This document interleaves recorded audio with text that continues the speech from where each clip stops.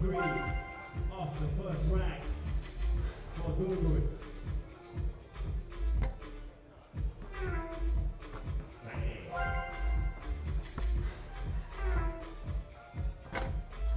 Needs this one. Ooh, even 10 out. Dead. Another 4 out of 10. 2 more to come.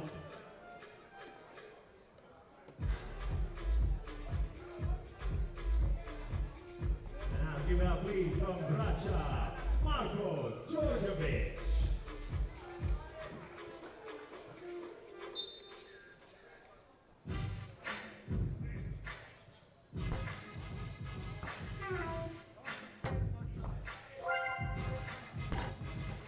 Gets the roll, 2 out of 5, first rack for Đorđević.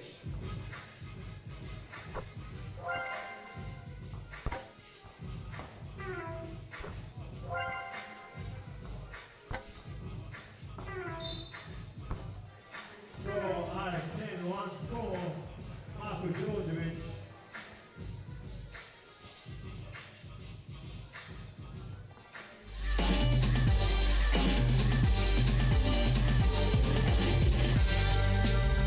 Yo, what's good? My name is Kyle Montgomery, aka the voice of 3x3, and if for some reason you still don't know the rules of 3x3, it is time to tap in. Class is officially in session. So on our half court, you've got 2 teams of 3 players with 1 additional substitute on the bench. Yo, what's up, sub? Can I check in?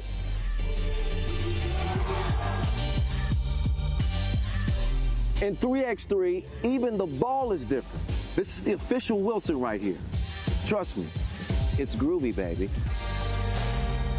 This game is pedal to the metal. 10-minute game clocks, just 12-second shot clocks, and a 1st to 21 scoring format for the win.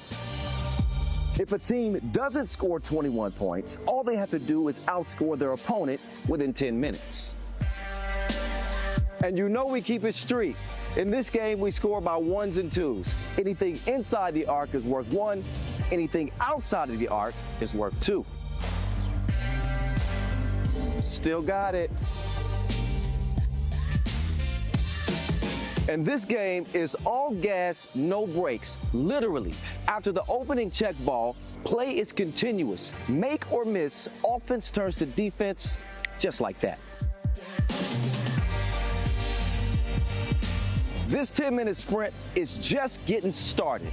We'll see you at the top.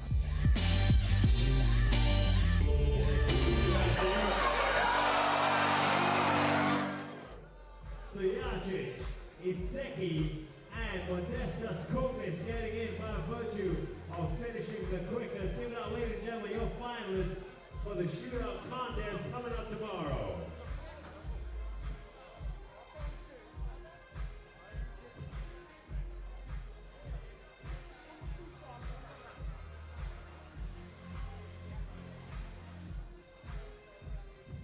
好了，要祝贺以上的4位选手进入到了明天我们投篮大赛的决赛。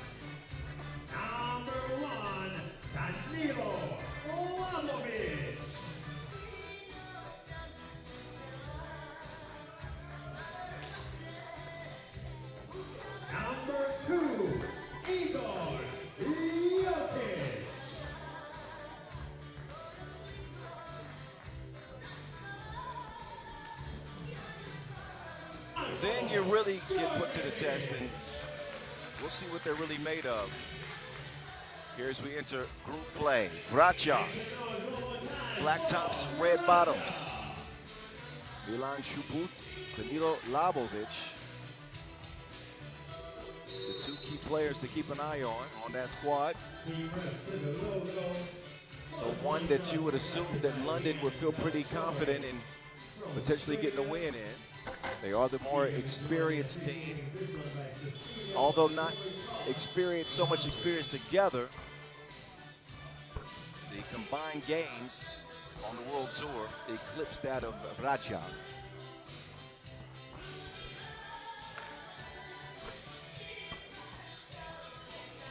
Justin Pierce, ranked 120th in the world. JP 2-3. I've seen his shooting ability. He had some defensive hiccups in Utsunomiya. Just in making his switches on time. A couple of fouls that he picked up that were careless, but he did show us some of his bounce ability. Anxious to see what he brings here in Chengdu.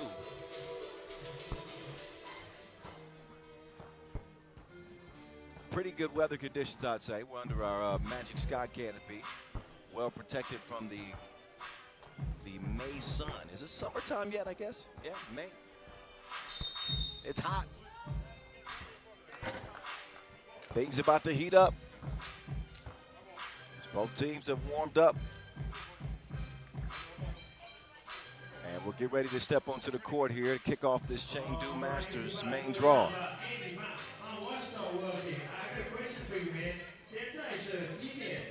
Okay, I know. It's game time. 好了，比赛马上开打。下面这场也是在上午第一组的比赛。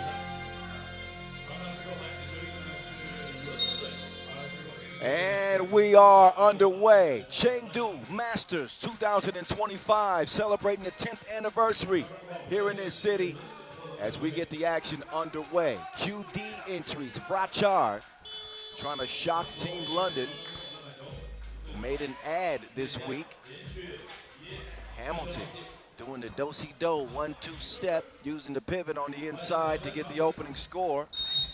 And again, London, that did not make it out of the qualifying draw at the Utsunomiya opener, but that didn't have a whole lot to do with Ashley Hamilton.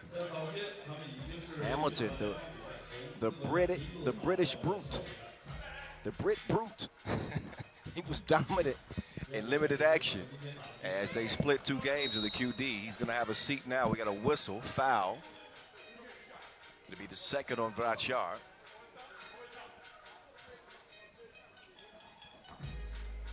Justin Pierce will get him going. Pierce at about 6'6". Finders, keepers, losers, weepers. He'll set up De Rosier for the easy score. 2-zip start for London. That's London, Ohio, by the way, not London, England. No defense from London that time as Vračar will get on the board. Pierce set up for a wide open look. He'll miss it right. Vračar will get it cleared. No hesitation, just hydration. Two pieces good, and Vračar lead by one. Nice cut and find. Ryan Landborg scored his first points on the 3x3 World Tour. You might remember Landborg, by the way. He led Princeton to that Sweet 16 a couple years ago. It's their first appearance in the Sweet 16 in over 50 years. So they are happy to see his face. Winning a 3x3 game, let alone a 3x3 tournament with three players, is nearly impossible.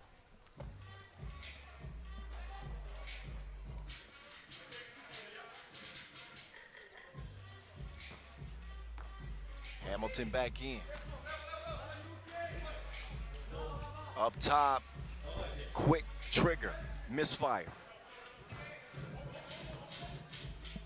Ball screen is set as Vračar attack downhill. Like that score from Marko Djordjevic, the 21-year-old.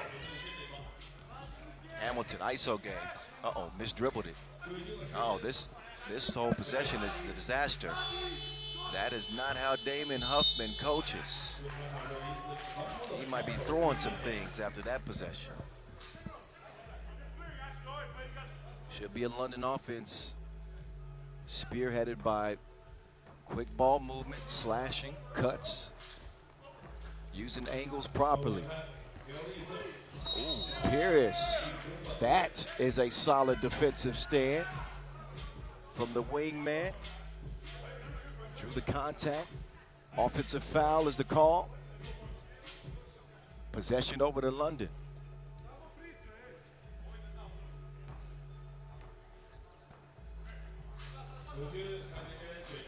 Vračar coming around. JD, no good.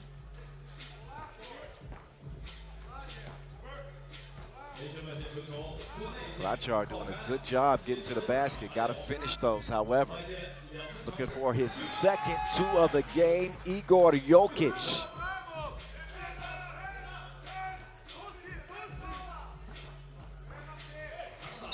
Vračar. No good. Fouled in the process. 6-3 start for Vračar.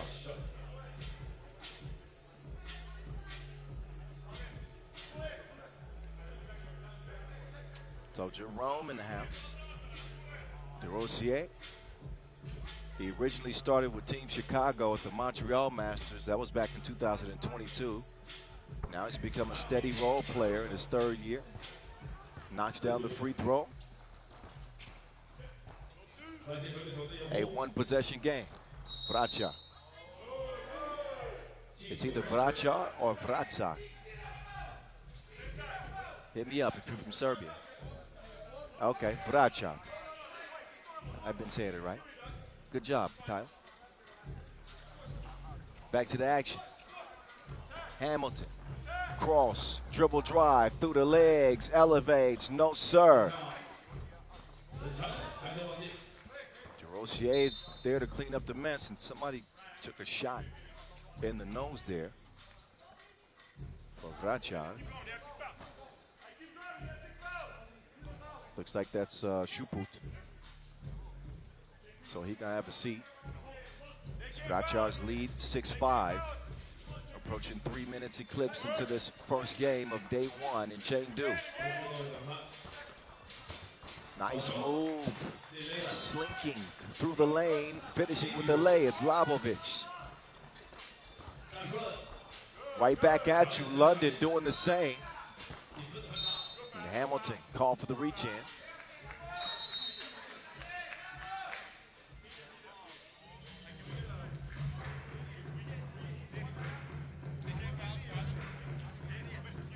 Media timeout here in Chengdu. Competitive start. It's London being put to the test. Vračar, while you don't have much of a scouting report on this team because you haven't seen him on the World Tour, you did see him in the qualifying draw. Picked up a 5-point win and a 4-point win.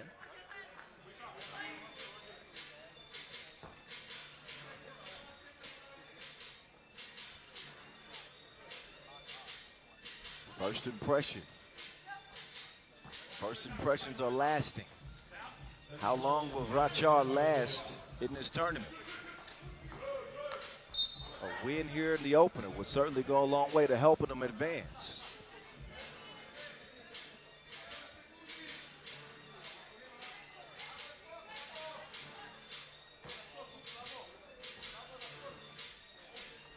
Working from the elbow.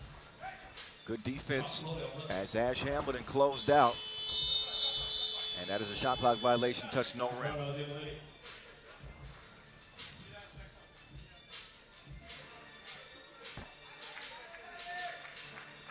If you missed the Utsunomiya opener, shout out to Miami. Team Miami opening the year with victory over Amsterdam. Oh, I like your cut, G. Pierce sneaking behind the defense, set up by Vračar. Up top. 2-ball goes begging by Jokic. Uh-oh, body's hitting the flow. Oh, whoa.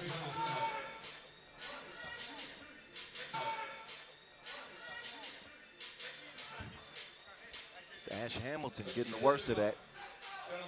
Igor Jokic. He said, I'm in the weight room too, fella. Look at this.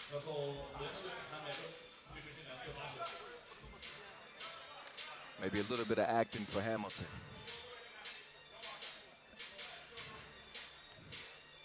But Hamilton in that Utsunomiya QD, 7.5 points per game, 6 rebounds per in 2 contests. He will splash the free throw.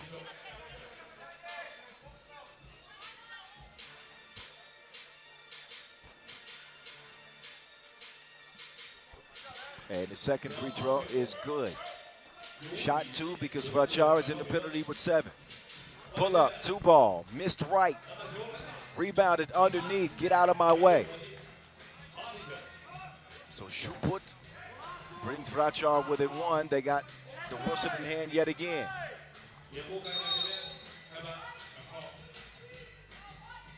Whistle on Hamilton. So he's trying to blast through that screen. Only the second foul on London.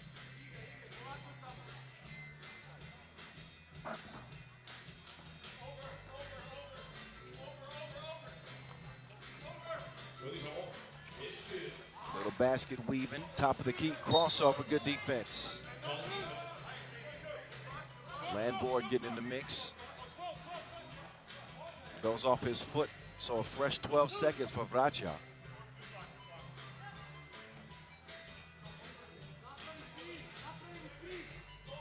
They'll swing it left. Pocket pass, beautiful action. So Vračar playing out of the typical Serbian playbook. 2 ball, around and down. Ryan Gunnar Landboard. That was the slowest spin move I've ever seen in my life. He's still able to draw the foul. Milan Shuput.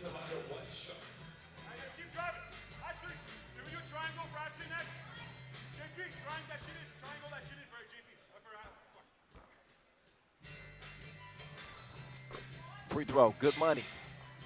So Vračar is keeping pace here with London. Formerly known as Princeton. Brand new team. Hamilton, off balance, bad possession. London have not looked smooth at getting into their action here in this game. I think they're surviving simply off individual talent. Look at this defense from Vračar. That 2 ball could be a big one. It comes out. And Hamilton moving gingerly. Inside Hamilton. And he grimaces even after that score. Hamilton up to 5 points. Back door to the crib. Laid in. Vračar is getting to it.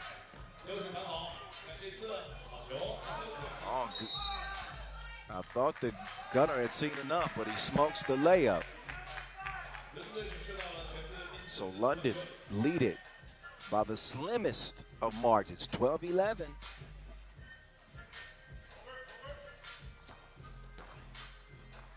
Nice action being ran here by Vračar. And they are out-efforting London too. Dead even, 12 apiece. Justin Pierce still is yet to knock down a 2 ball. And a foul called on White, that one called on Landboard. Time for the second media timeout. London looking a little bit gassed.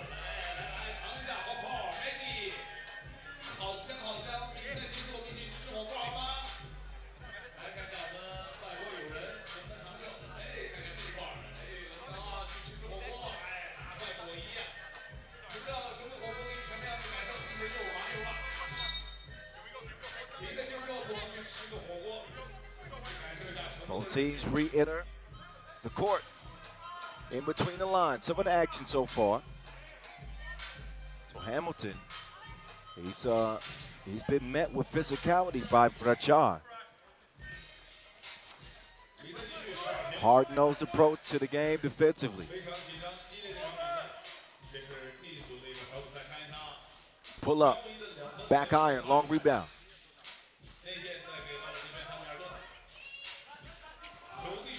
Gunner is gun in.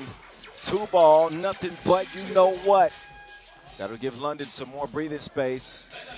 And the new addition with 5 points for London, Ryan Gunner Ulaanbaatar, former Princeton Tiger. Hamilton forces that one, no good. And no help on the screen. Hamilton looking a little fatigued. That was his rotation. Jay Darrow. That one thrown away.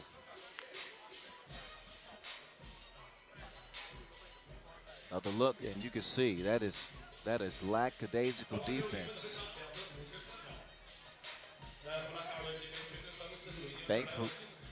Thanks to the sharpshooter of the new ad, London still in front. Not anymore, it's dead even, 14 apiece. But their best player in this one has been their newest player, Hamilton. With a little baby flush, he's up to 6 points. So you can understand why that tank might be running on E. If Vračar are smart, they'll keep the big man on the move, not bail him out with 2-point attempts like that. You got to continue to attack. Pierce, rocking hand.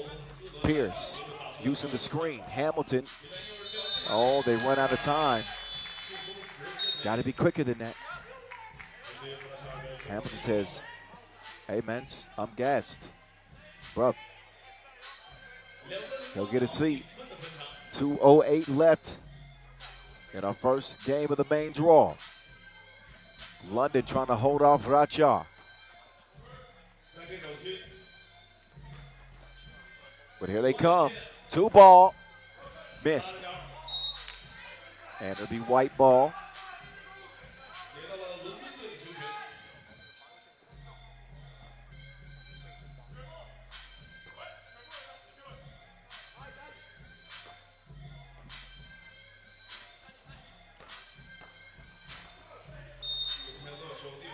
Rossier tripped up.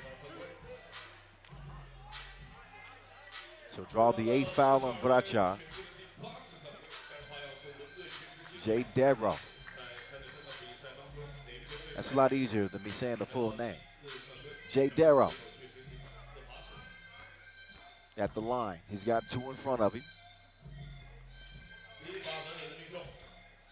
Rossier helped Canada win a bronze medal at last year's AmeriCup, you may remember. He's your quintessential utility guy. His 5 points speak to that. Second on the team behind Hamilton. Actually, he and Ulaanbaatar. So ruled out of bounds off of London. They want to challenge it.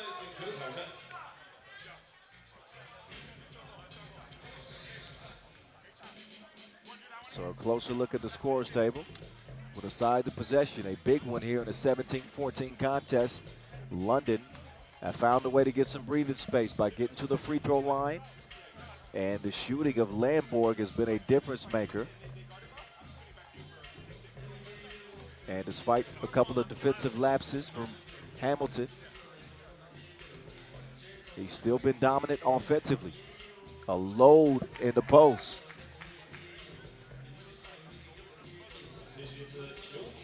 So another look at that. See Pierce reaching out with that long arm, but I think there was a secondary deflection that slowed it down there. That's tough.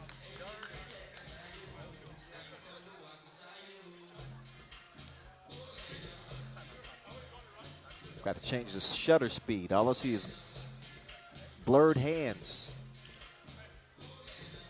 That's a tough one. But Vračar, who were able to get a couple of twos to go down early in the game. Jokic got some free looks, some good looks rather. And they look to draw something up for him if it ends up being their possession.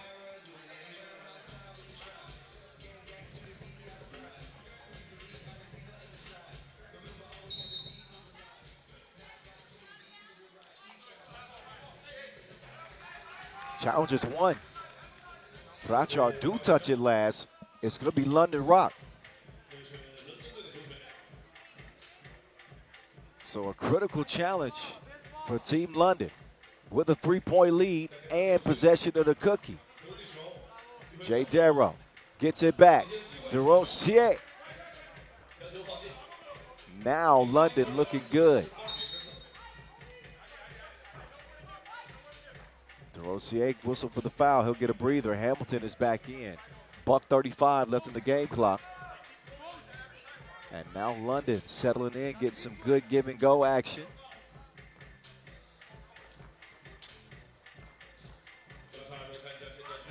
Step back, 2-ball, no sir.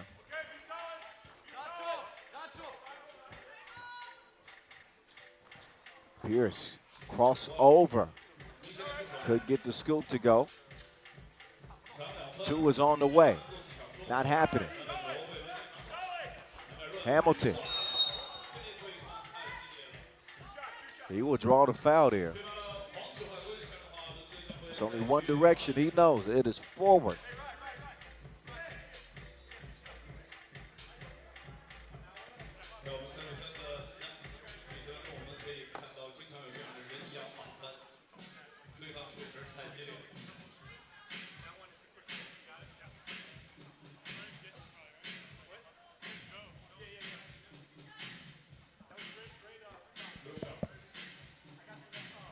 Hamilton, first of 2, knocks it in, continuing to lead the scoring charts in the game.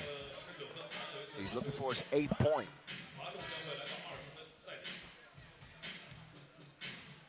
Hamilton, yes sir, that one will trickle in. Game point London.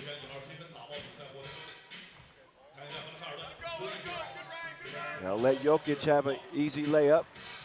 He had a great game, 7 points for the young fella, but one more bucket for London. Now Hamilton should have been cutting there. Instead, he's going to chunk the deuces. It does not fall. Catch, shoot, miss, tip, no good either. Mishandle, gets it back, but still a 4-possession game. And Vračar cannot foul. Jay Darrow, no. 2 would be huge. That was deflected. DeRosier going to use some clock. Jerome. He'll miss it. Luckily for London, Vračar don't have much time left. They're taking far too much time to get a shot attempt up. That rebound will secure it. Either the rebound or the shot. That one rolls off the iron. 2-ball at the horn. Whoa. It's a flopping technical on the that 2-pointer before the horn. Ilan Shuput is trying to sell a foul.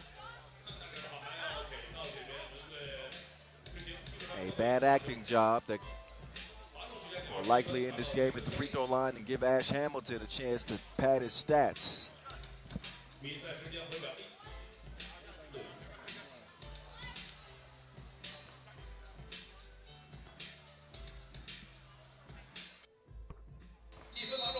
Hamilton will end it before the horn. 21-16 London over Vračar. And again, Hamilton leading the way with, that is the way London wanted to start it. Wasn't their best play game, to be honest. A little bit sloppy early, but they got to the free throw line and capitalized late. What a difference an extra player makes. London trying to make some noise here in Chengdu. They start things off in Pool D with a W.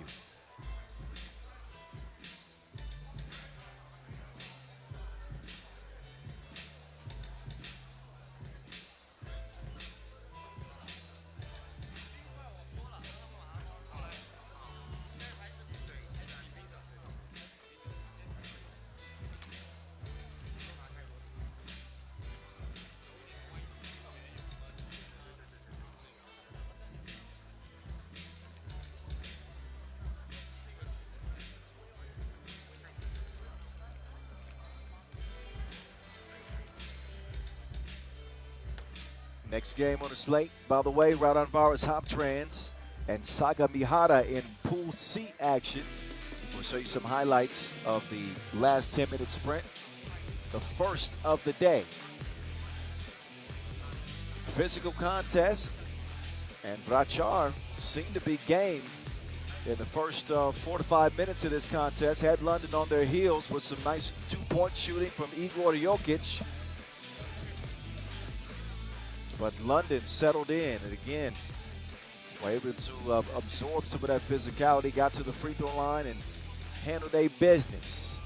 So we're about 60 ticks away from continuing the action. Again, we'll have the Lithuanians, Raudondvaris Hoptrans against Sagamihara. Up next, Pool C.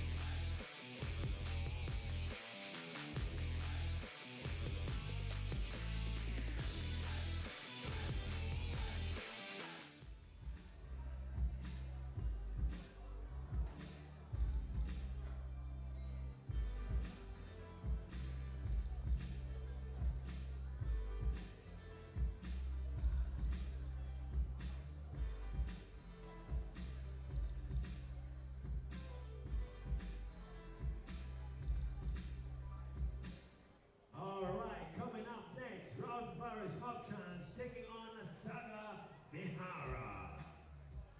First up, representing Raudondvaris Hoptrans, give it up for number 5, Sarunas Vangelis.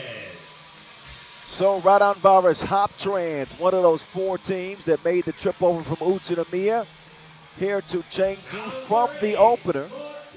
Looked pretty good in the opener, in fact.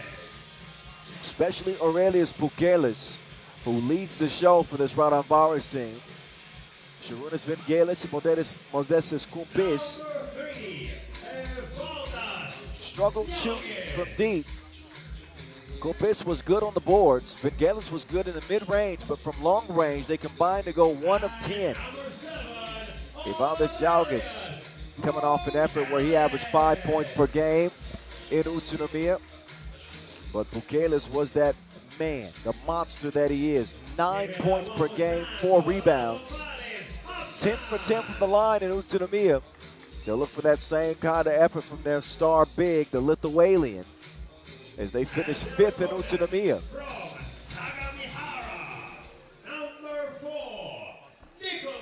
Nikola Pavlovic, throwback 3x3 here. We saw him at the Utsunomiya opener in the qualifying draw. We didn't see him in the best light, that's all I'm going to say. He caught a cramp mid-play, and it just happened to be while somebody was doing a crossover. It just, it didn't look good. It didn't look good, but he's back. Former player with Novi Sad and Masters MVP. I think that was Lausanne back in the day. Correct me if I'm wrong. But he's with Sagamihara. And number 6, Euros Kanic. No worries about the QD this time around. Straight into the main draw. Can they manage to make some noise? Can they manage to make some noise? They got Kenya Ego, Yuta Kusano, and Uros Kanic. They look like they snatched Kanic straight off a Viking ship. That man is scary. My goodness. He's come to pillage.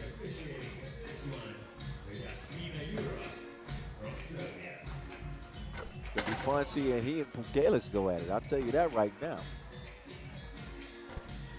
And there is the Lithuanian, Aurelius Bukelis again, 9 points per game at the Utsunomiya opener.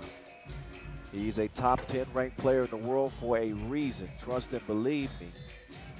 Was incredible last year, was in the MVP race until his baby was born. He had to take the last month or so of the season off.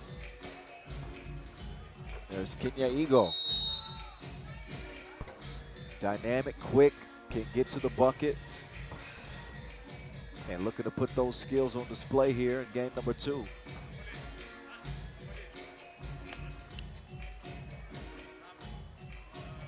Raudondvaris Hoptrans have made themselves a perennial contender over the past couple of years on the World Tour.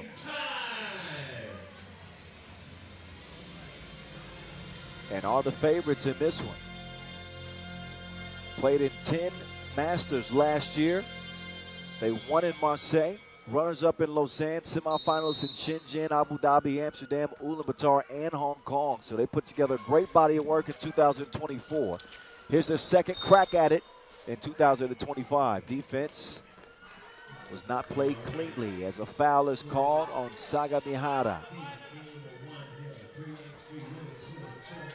Sure shot, Chorunas. Vingela starts the possession. Jalgis with a nimble little drop step right there.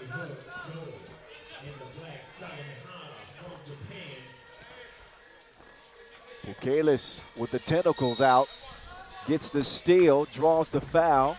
Question is, was it on the floor in the process of the shot? It is ruled on the floor, no free throws for Pukelis. Flight mode. He's a body snatcher. Look out for him above the rim in this one. They'll feed it inside. And Pukelis, the bruiser, gives Raudondvaris a 2-zip start. Sagamihara, downhill attack. Fade away. No good. Pukelis corrals it. Out to Evel Knievel. Jalgis inside. Pukelis, no choice but to foul him. The Lithuanian is a problem. Standing about 6'8". He's got great touch with either hand in the paint. And he's a brute to go with it. 7 events last year, 7.5 points per game. He's automatic from the free throw line. 86% last year. He's 100%, 11 of 11 so far this season. And also applying the pressure defensively. Pukelis, a well-earned rest as Jalgis will come back in. So both the bigs get a breather. And a fresh 12-second shot clock for Sagamihara. Pavlovic from the left elbow assessing the defense. He's going to let the 2 fly. It is too strong. Flight mode. Right wing. Looking for Jalgis on the inside. He's also an absolute bruiser on the interior as he converts another score. The 1-2 punch of Pukelis and Jalgis is tough. It's tough. Pavlovic whips it. Ego to the hole. That'll get Sagamihara on the board. Evel Knievel, stunned like his daddy.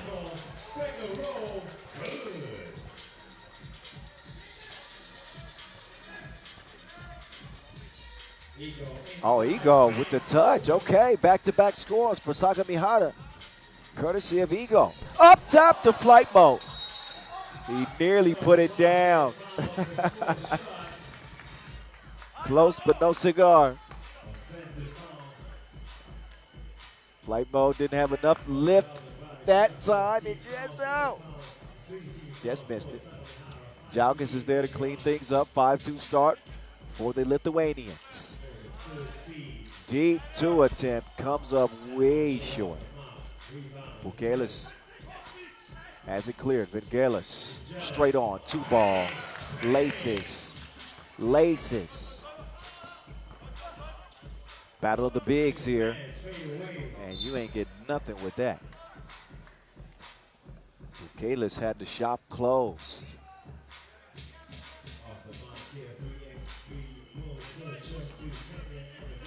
Another look at that Vingelis 2-point strike. And Pukelis is just feasting, licking his fingers.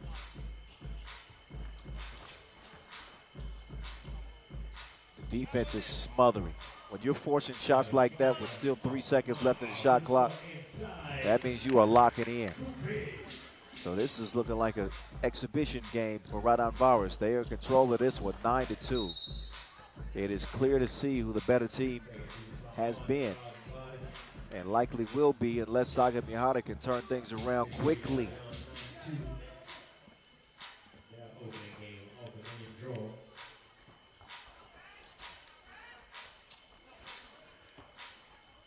Pavlovic, backdoor attempt broken up by Kumpis.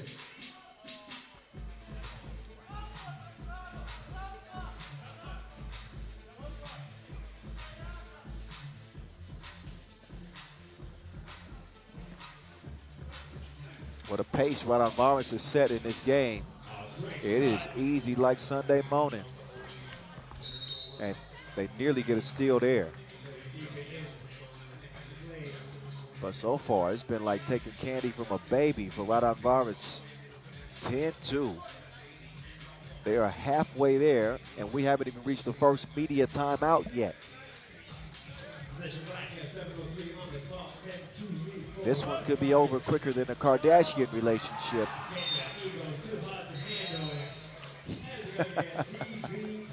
I made myself laugh there. I'm still laughing. So are you. This is no laughing matter. It's 10-2. Sagamihara better wake up quick, because they catching a beating at the moment. And you can see how Raudondvaris is just picking them apart. Very little resistance from Sagamihara. I'm not saying they ain't trying. I'm just saying it looks like they ain't trying. Ego's been the only bright spot for Sagamihara. He's got both of their points. Bukelis kind of rushed that 2 attempt. No worries for Raudondvaris though, with an 8-point lead. 2 ball, no. Bukelis, another board for the big man. He'll clear it up top. Raudondvaris need to work out the spacing. Flight mode to the left. Kept alive though, stays with the Lithuanians. Džiaugas, 2-point attempt, no go. Bodies crashing all into each other on the rebound attempt. Džiaugas is out. Bengalis will come in.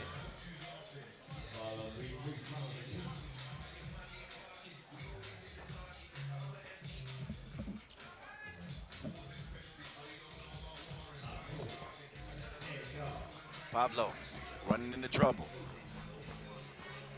Fast drive. Good defense there from Bengalis. Bengalis hesitated slightly. I think that's why he missed it.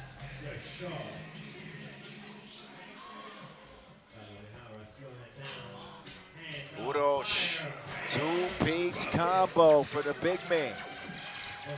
Oh, big on big violence. Right back at you, the Lithuanian from outer space. Bukelis up to 5 points. Raudondvaris still lead it, 12-4. The thievery from flight mode. He wants to try it too. That was deflected. Oh, he's falling and he can't get up. And Galis lost his footing on that last drive as Kubis will get called for the foul. Another look at, oh.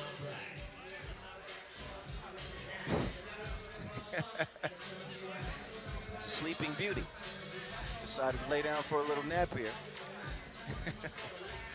No, you know what? That was not because of the move.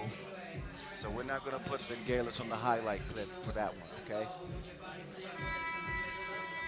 Don't do Sharunis like that. He doesn't deserve it.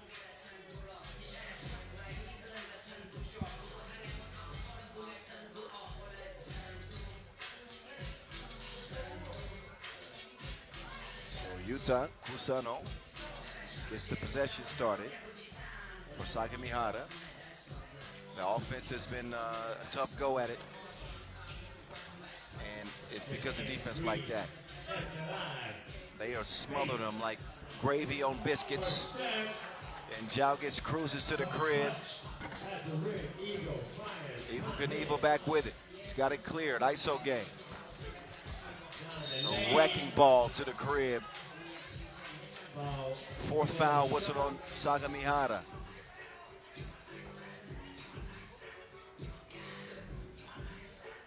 This is what Jalgis does. He's one of the best in the league at penetrating, getting to the rim. He does it with a combination of speed and strength. Vangelis, before the shot, a whistle. 5th on Sagamihara.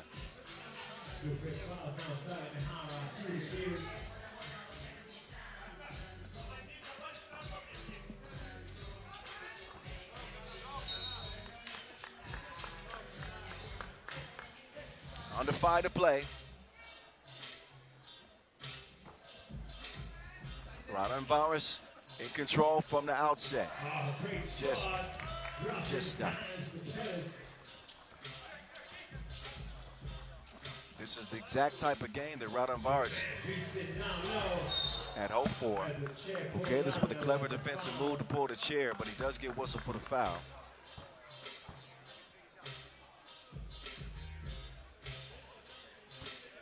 Kanic at the line.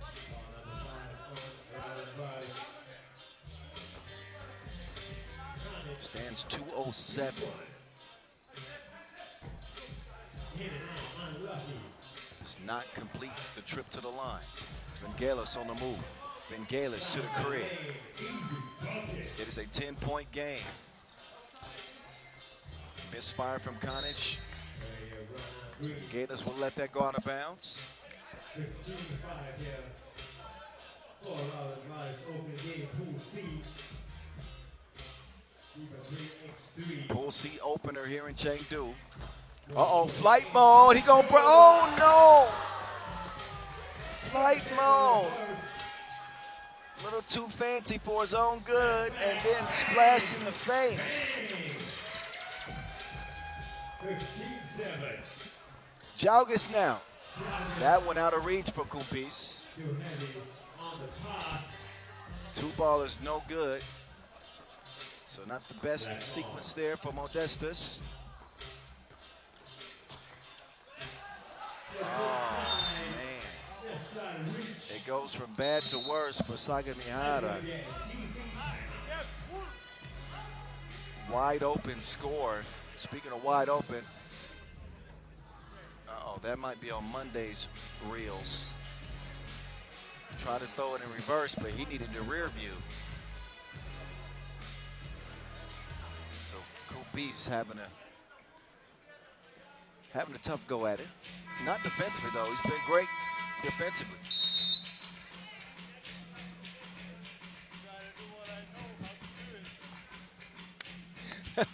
Kumpis, he just looked at me and said, I got to do what I know how to do.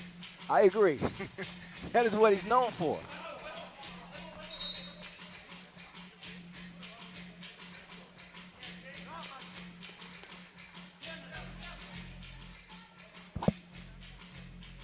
(15-7). 3:45 to go. Jalgis to Pukelis. Bang outs from the big fella.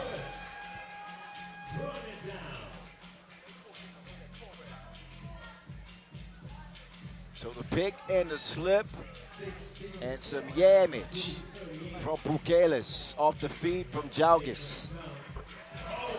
There's Pavlovic, deep 2. They still got some work to do. Pukelis nowhere to go. He nearly hit that. That would have been ridiculous. Nicola no good that time. 17-9. Kumpis. Oh, Jalgis. Tough layup right there. 9-point advantage.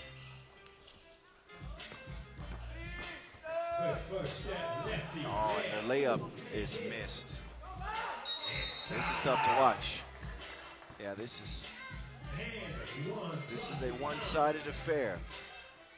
That'll count plus the foul. So you can see Pukelis with the seal on the inside. They recognize that mismatch immediately. Aurelius Pukelis, man. Respect across the league for the type of player that he has become. So he and Jalkis both with 8 points in this game. Ego. Flight mode. Is this going to be redemption? Game point. His only point of the game ends it. For Raudondvaris Hoptrans. Easy work over Sagamihara. A runaway victory for the Lithuanians. They just put on a clinic in this game. They win it 21-10.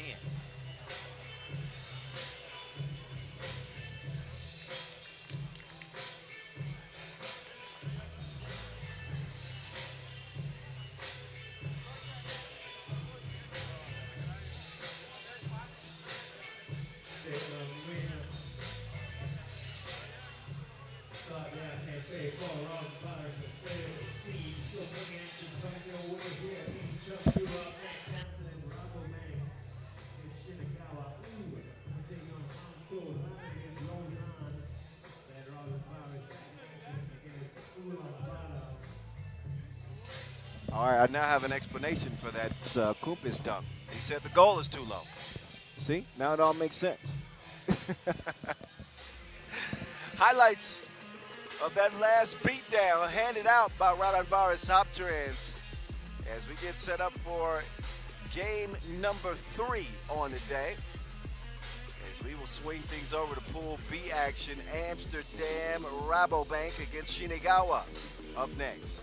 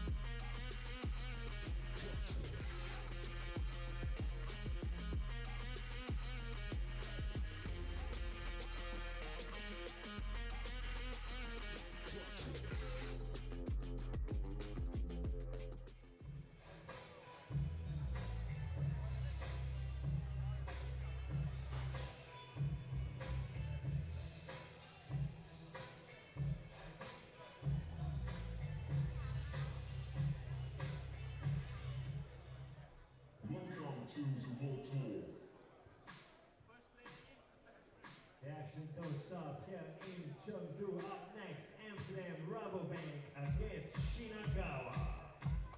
Introducing first from Amsterdam. Are you ready? Are you ready? Amsterdam Rabobank with a new sponsor this year, the defending World Tour final winners of 2024 and runners-up in Utsunomiya last week. They will take the floor. Mountain Bow Connect, followed by the Olympic gold medalist, Big Drizzy, Jan Driesen.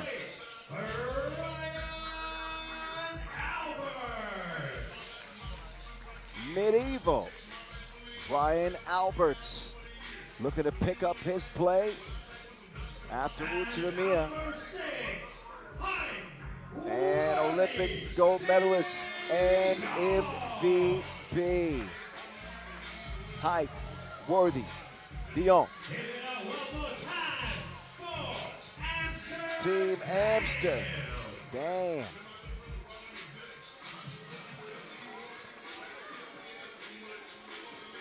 And their opponents from Shinagawa, number 7, Tomoya Ochiai. All righty. Here's a familiar face leading Shinagawa out to the floor.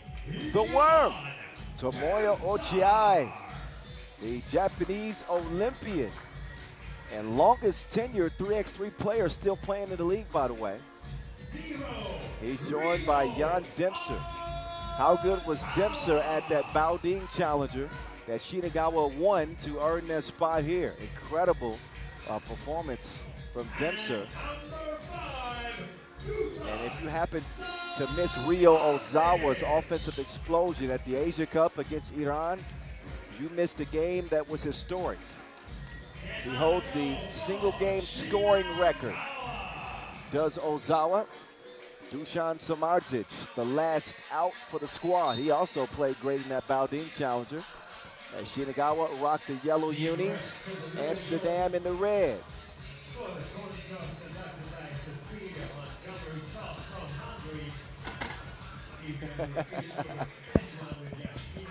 The wonderful and lovely, magnificent Cecilia Montgomery, one of our pair of officials with Nina Lisa, Yasmina Uris, and Worthy de Jong. He's okay. He's a decent player, I would say. You know, ranked number 3 in the world. Pretty solid. And defending regular season MVP. I'm just playing. Face of the league these days, and not many would argue about that. Check out the shoe game for Tomoyo Chai. That's crazy work right there. That's crazy work right there. 717 games played for Ochiai, by the way. More on that in a bit.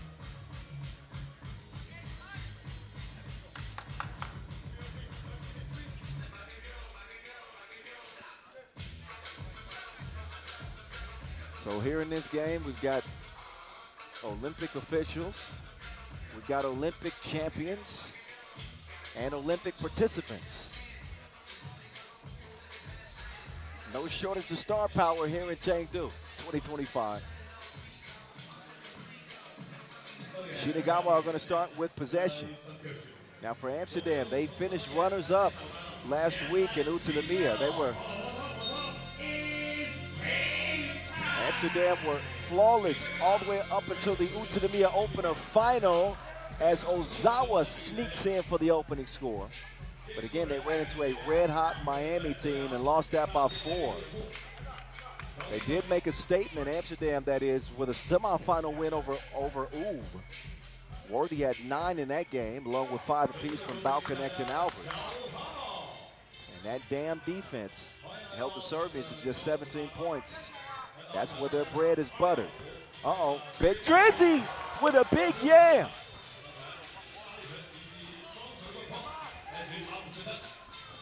And Dempster will miss the layup. Ozawa offline on his first 2-point attempt.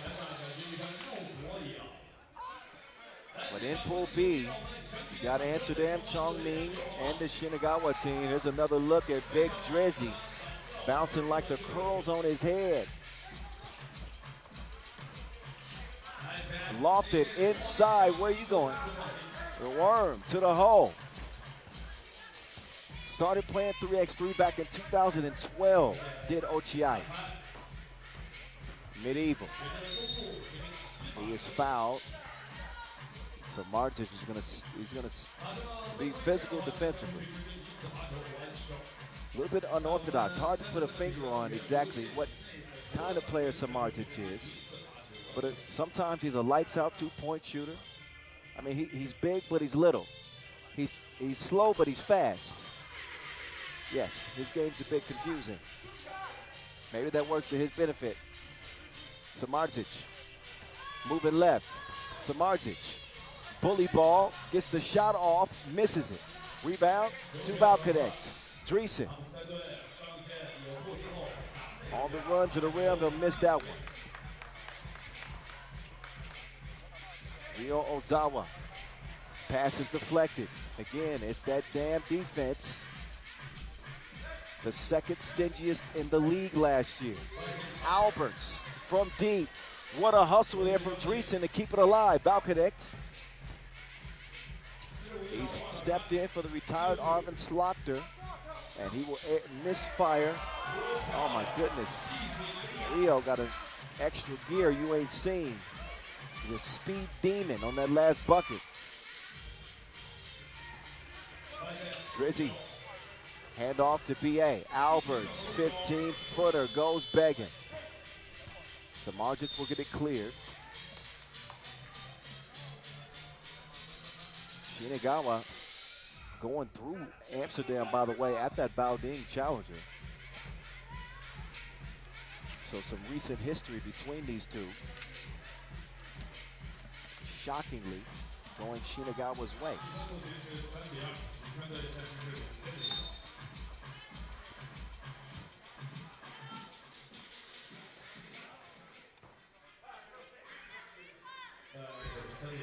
Oh, my bad, I misspoke here. Amsterdam actually beat him in the pool phase. My bad. Word from the elbow.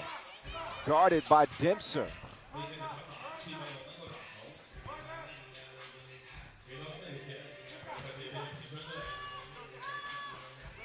Ozawa, no hesitation. Dempster with the big board. He'll get another opportunity and finishes what he started. So both Dempster and Ozawa coming over from the Saitama Alphas last year.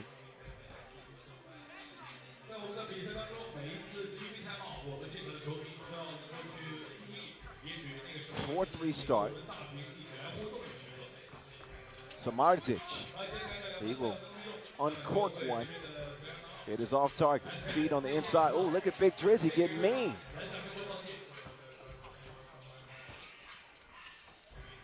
Ochiai setting the table. Samardzic, beautiful finish. Worthy swings it left. Teresa decides not to pull the two. Good decision as he hits the 10-footer. Teresa providing the spark early for Amsterdam.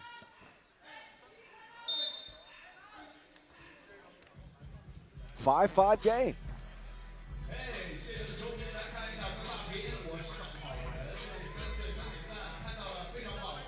Into our first break in the action. The Olympian gold medalist Jan Driesen with the pull-up, had a dunk to start the action. So Marge is able to convert the layup over Worthy. Drizzy playing with some aggression in this one. I think that's a good sign for Amsterdam. Actually put up some pretty good numbers at Utsunomiya, did Driesen. He had a 555 against Tanoz. As Balkanek steps back, up fake, forces it, and draws the foul. So Martin, the connection. Balkanek. He's a knockdown shooter from deep, or he has been. That's why he's able to get the defender off his feet. And he will knock down the first of 2 free throws. It was not the best shooting performance for Balkanek in Utsunomiya. It was 4 of 19 from 2 and 2 of 11 from 1. So he's still settling in as a mainstay on the roster as opposed to a rotational player. 7-5, quick hand from Worthy, pokes it away. That leaves 7 seconds on the shot clock for Shinagawa.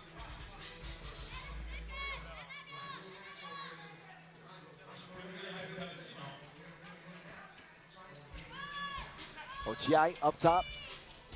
Dempster, hand in his face, late in the shot clock. Worthy, quickly to the corner. He will airmail it. Alberts, though, just inside the free throw line. His stroke was broken, a foul on the rebound attempt. Whistled on Amsterdam.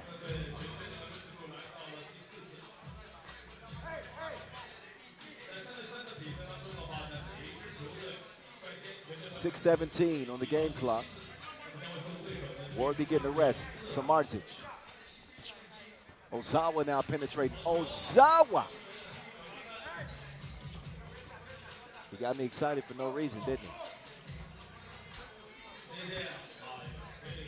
They are featuring Jan Driesen early and often. He averaged 3.5 points, 3.5 rebounds per game last week. He's already got 3 in this one. Ozawa, the blur. To the crib again. Shinagawa keeping step, trailing by 2. But He had no chance in the post office against Worthy. Ozawa to Ochiai. Ochiai, great patience. He'll score it. Out to Hype. Hype Worthy. Navigating through traffic. Couldn't finish it.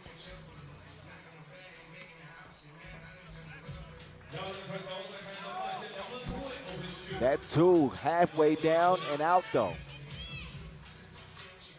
And Alberts finally gets a 2-ball to go down. Oh, that's a blown crib. Can Ozawa make up for it? Nope. Oh, Samardzic is able to tip it. Dreesen is not happy. He's yelling at his teammates to rebound the ball. I like the fire from Big Drizzy in this one. Actually, he's the most experienced 3x3 player on the squad. So some leadership coming from Big Drizzy. 12-8.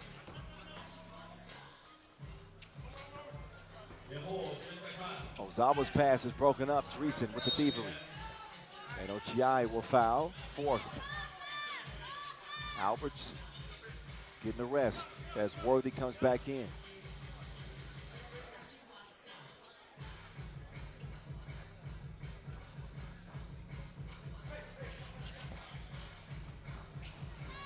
Foul connect.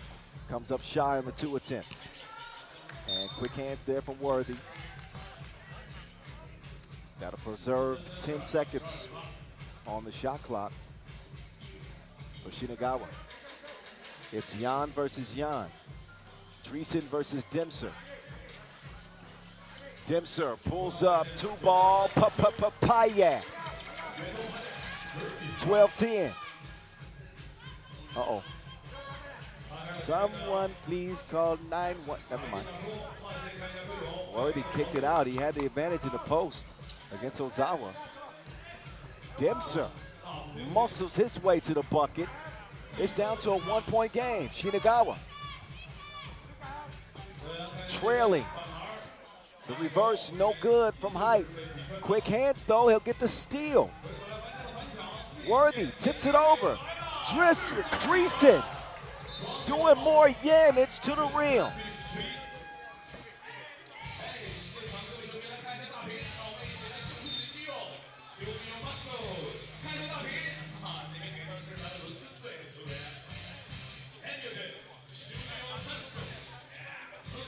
Apparently they didn't clear it, so that dunk didn't matter. Judging by Dreesen's response, 13-11. And we got ourselves a game. Pool B opener. Game number 3 on the day.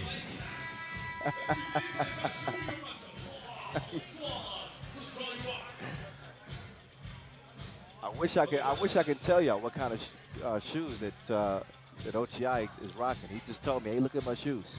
Yeah, bro, they're crazy. I just don't know what the hell they are. Demser out to Dusan Samardzic. Oh, wow. That wasn't how he planned it. So Samardzic, I mean, sometimes he'll shoot one like that, and then other times he'll hit 3 or 4 in a row.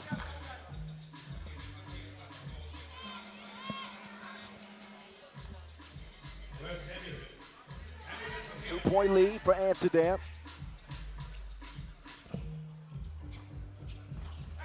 Dreesen looking to get it to a ball handler. Alberts will fit the bill, but he will miss on the shorty. Ozawa being pestered by Alberts. Worthy playing the passing lanes. Wait a minute. Hype with the travel.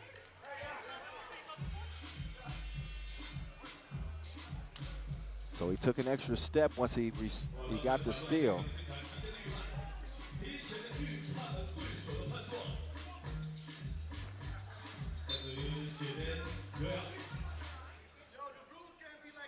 So he grabbed.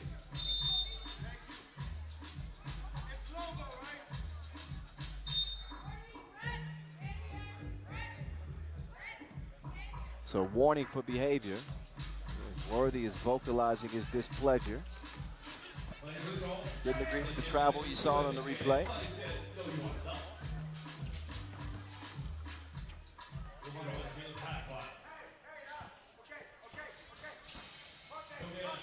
Dreesen. No, sir. Strong defense now. Trying to turn it into offense. Good cut and fine. Ozawa to Samardzic. Still a 1-point lead for Amsterdam. Under 3 to play. Foul connect.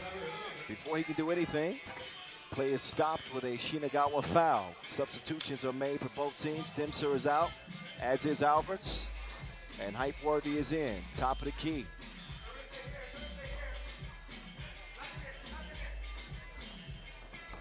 Precision pass there from Hype. Drizzy to Worthy. Worthy with the stop and go. Hesitation! They are lobbyists. Keep them away from your government.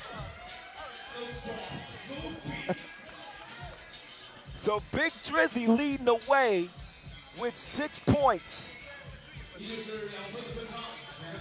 I'm not sure if that was a missed layup or a planned lob, but it worked out. Wide open look for Ozawa, and man, since the Asia Cup, he's never been the same. Hypeworthy steps back, gets a clean look at 2. It'll ricochet out front iron. Samardzic off target. Ochiai with the rebound, sets up Samardzic, but winds up another miss. 2 minutes to play. Ozawa better be careful. Pestering Worthy. And De Jong apparently stepped on the line.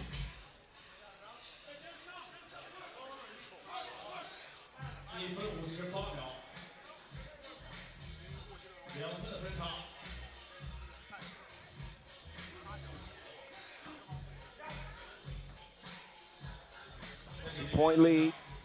Shinagawa could draw within 1 or even this thing up. Samardzic. Pass, Balcanac in for the lay. Worthy wants to rock in the post.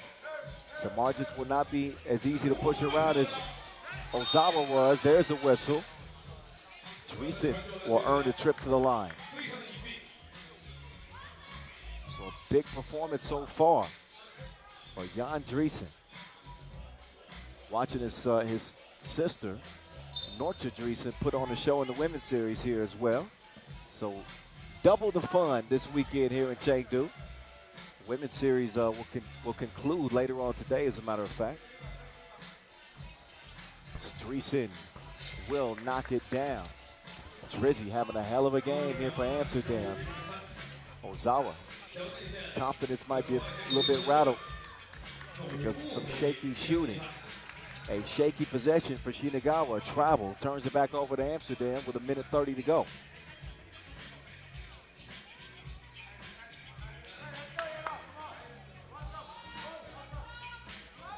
Ball screen.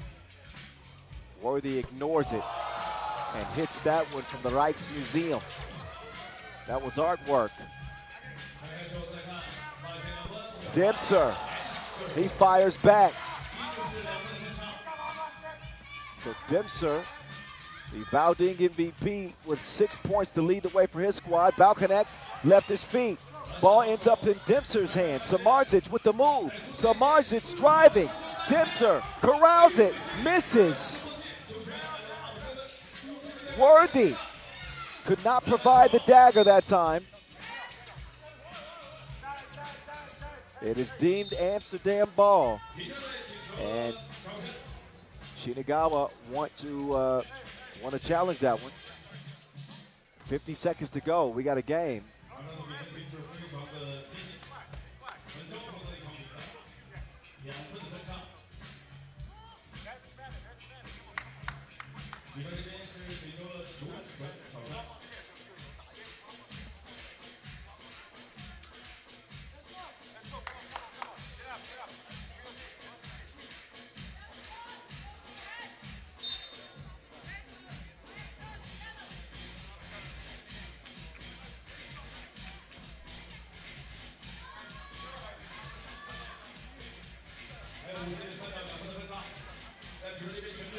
50 ticks to go.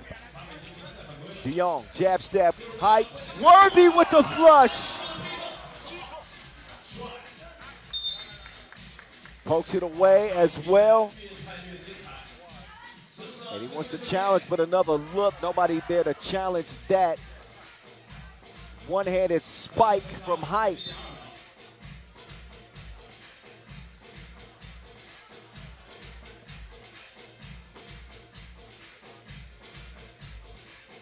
(18-15), Amsterdam with some breathing room. The replay of Worthy getting a hand in there. Question is, did it go off of Ozawa's finger last?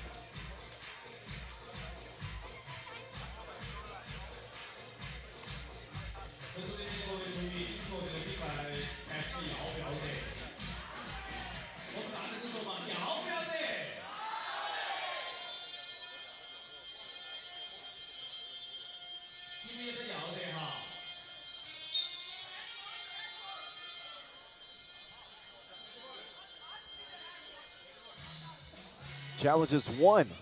Actually did go off of Shinagawa. So a critical turnaround there for Amsterdam as they'll get the ball again with under 40 seconds to play. Height, back door, BA. Oh, we probably should have just went up for the layup. Drizzy, back iron. Dempster, clear lane for the lay. So this one ain't over with yet. Shinagawa, however, that's a silly foul. What they needed was a solid defensive possession right there and no fouls to give themselves a chance. And now they're going to put Worthy De Jong, a near 80% free throw shooter, on the free throw line here. So look to ice this game.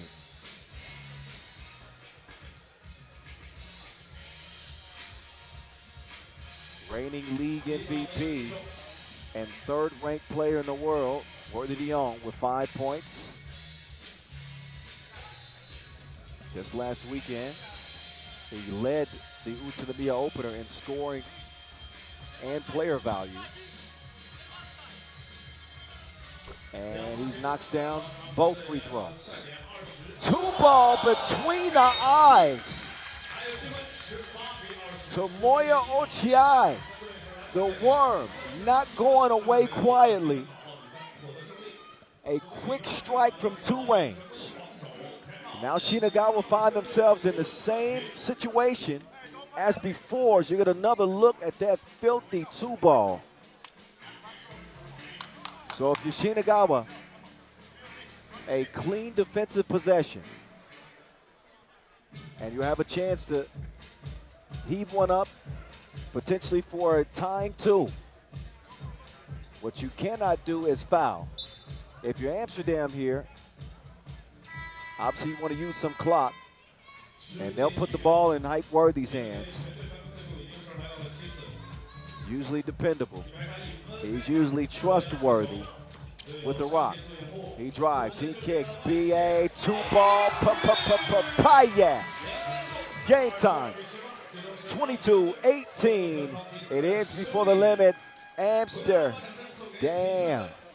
get it done. Alberts with 7 points in this game. He's come alive. Dreesen with 7 as well. A 3-headed monster for Amsterdam. Able to overcome a pesky Shinagawa team. 21-18 the final here in Pool B action.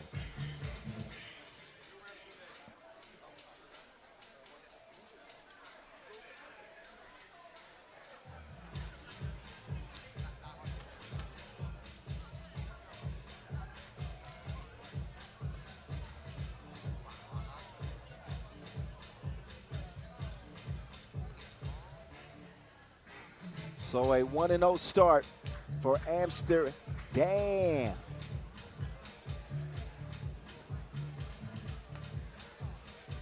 Only one group we haven't seen play yet. That's Pool A.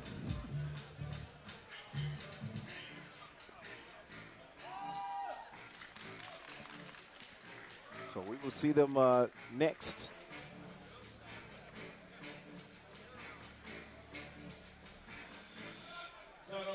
So Oog's still one of the favorites, but not the heavy favorite like normal.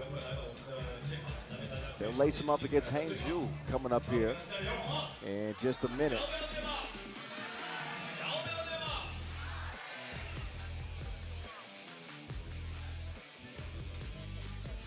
So enjoy the highlights for the moment. We are a minute and 30 away from the next 10-minute sprint going down here in Chengdu.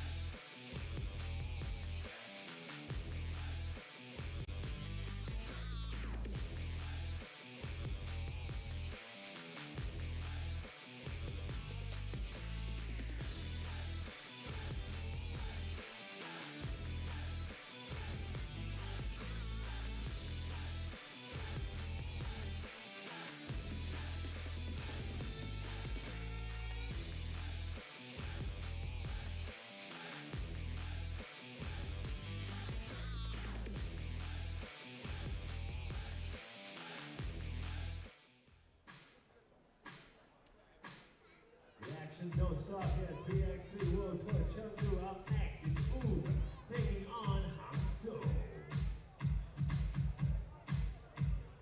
First up. All righty. Oog get ready to take the court representing Serbia. They had won the World Tour final in back-to-back years until last year. And also won back-to-back Utsunomiya openers prior to the last two, in fact. As Miami go back-to-back. We saw Oog at the opener last weekend. They finished third, took an undefeated record into the semifinals, but had to fight really in every game they played. They had two games decided in overtime before eventually falling to new rival Amsterdam in the semis. So a roster move for this one is they're let down by Sordovic get a rest, dealt with some back spasms, and have Nenad Naranjic, the Eliminator, in his place with the beast, Marko Brankovic, Nim Diesel, Nemanja Baratin, the world number one, the one and only, Strahinja Stojic, Dr. Strange. Their opponents, Hangzhou. After failing to make it to the World Tour final last year, the Dog Pound picked up a few strays off the street this offseason, hoping to turn them into thoroughbreds. Our first look at new look Hangzhou as they make their way to the court. Next on is Milos Jovanovic. Remember him from Podgorica. The only carryover from the Dog Pound is Bones. Goran Vidovic. This is Hangzhou with Ji Xiao Yu and Alexander Lasic, the new ads. I've heard good things about Lasic. He's the #1 ranked player out of Bosnia and Herzegovina. And he's making his World Tour debut here and now.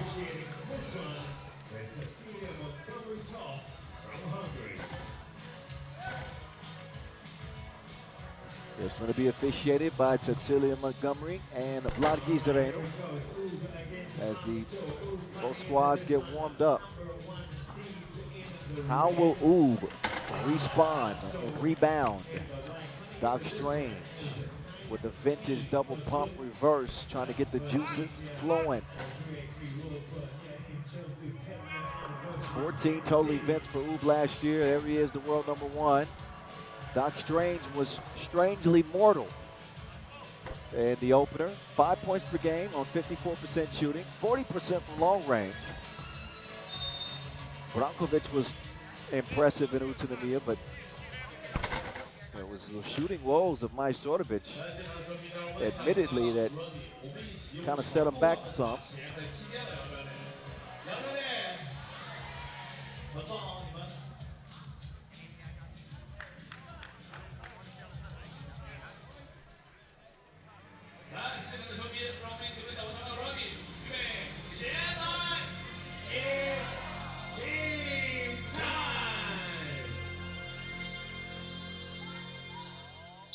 So here we go. Game number 4, day 1. Hangzhou and Ub. Hangzhou in the black on the attack first. Baseline move, goes begging. Tranquila, in and out. Barac, patient as he gets into his 2 attempts. He will miss right. Quick clear by Alexander Lasic, 28-year-old. Hangzhou hoping to have the right combination this year. A lot of tension on last year's squad, and you can see why the roster moves were made. Lasic gives it up to you. Not you, but you. Him. Anyway, it's poked away.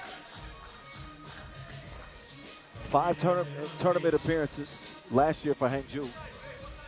They did earn semifinal finishes in 2 of them, in Manama and Almaty. Late in the shot clock, that one goes begging. Barac setting up Doc Strange. Deep attempt, kept alive by Barac. Brankovic, who averaged 5 points per game in the opener last week, will set up Strange. Look at the defense. Looked clean at first, but caught reaching in was Milos Jovanovic. He had a hell of a tournament in Constanza a couple years ago, and leading Podgorica to the final in that one. I believe that was Hangzhou's first Masters title. And Jovanovic and Barac are going to get a talking to from official CC. Telling the fellas to clean it up here.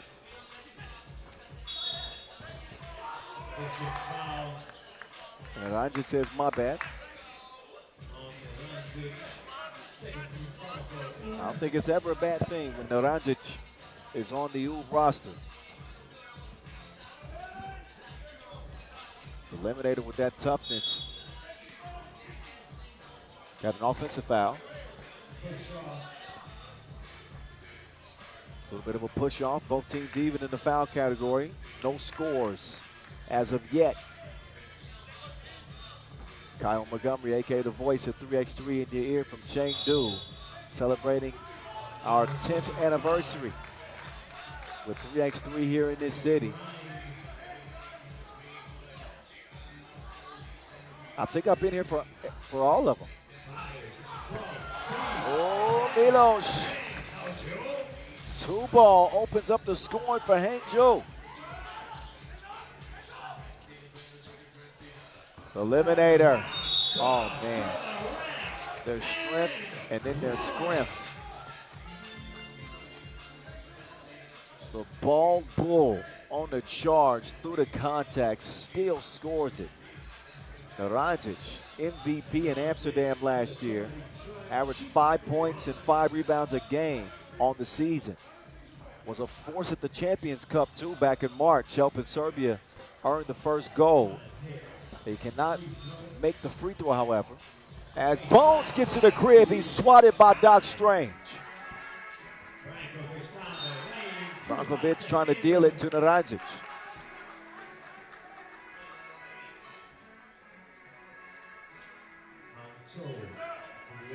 Out of bounds over to Hangzhou. Bones up top. Vidovic gives it up to get it back. He will attack Strange. And that time he will get the layup. Strahinja navigate. Doc Strange. What wizardry does he have up his sleeve this time? Brankela, 2-ball online, but offline. Substitution made as the world #1 will get a rest.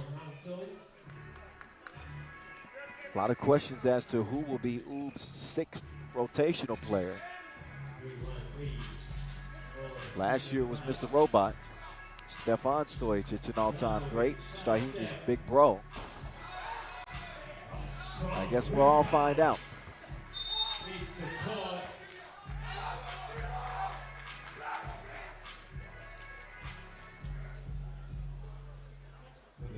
A 3-1 start for Hangzhou.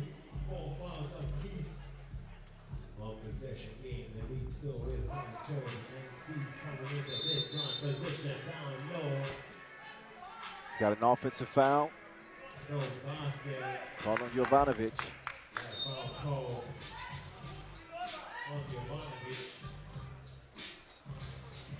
So for most teams, a third place finish is something they'd be content with, but for Ub, they are obviously not pleased with that third place finish in Utsunomiya, but look no further than their outside shooting. They were 13 of 53 from beyond the arc, and they committed 6 turnovers per game. Strange got it batted outside the park.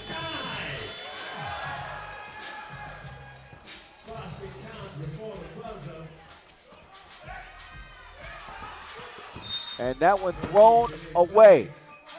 Speaking of thrown away, Doc Strange got his ball sent to another dimension. Alexander Lasic met him at the top floor.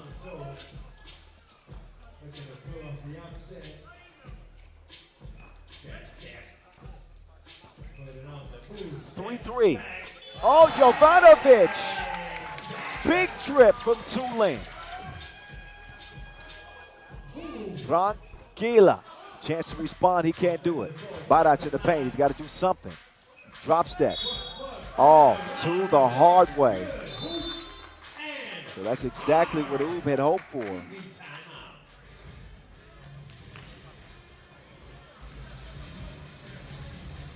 So a nice battle here early. Barac staying on that pivot, drawing the foul on Lasic and a chance at a 2-point play.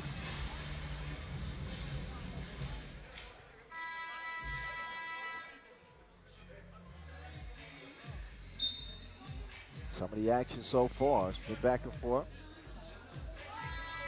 Barac leading the way for Ub with 3. And Jovanovic for Hangzhou with 4. Another look at that filthy block.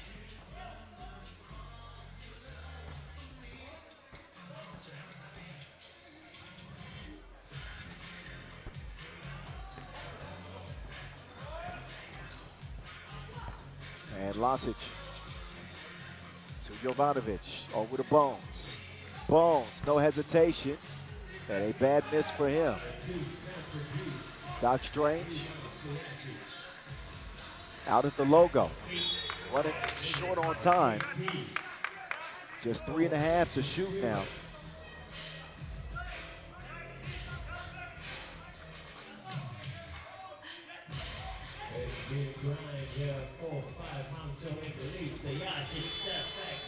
So a desperation heave from Strange. Credit Hangzhou. The defense has been clamps.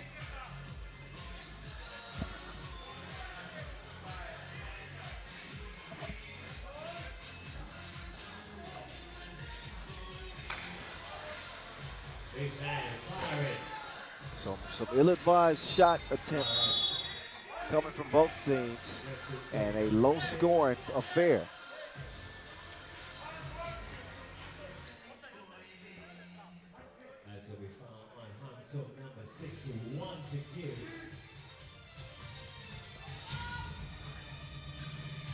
5-4.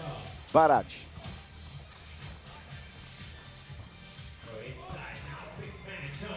Naranjic get dizzy in the paint. Spin move after spin move. Ties the game at 5 apiece. Two-ball will go down. A Yi Xiao Yu appearance. So Yu's 2 puts Hangzhou up 7-5. The defense there from Vidovic. And there's a foul on Branquilla. Clear reach in. And Brankovic will now sub in for Naranjic.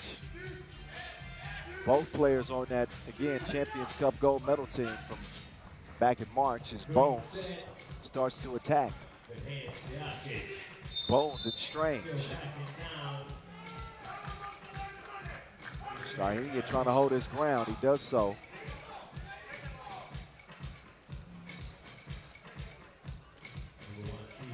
The difficulty with players like Vidovic is just no quit in him. He is the definition of dog. Trailing, Strahinja taking advantage of an off-balance Vidovic. Lasic, strong drive, soft off the window, but it goes begging. 7-6 it'll stay, Naranjic. Sets up, Strange. Strange laces. Ooh, back in front by 1. Jovanovic. Lasic able to hold on to it. He does not get the and one because he is deemed to be the aggressor. Oh, wait a minute. My bad. That is on U, but not in the process of the shot. Vidovic with the quickness.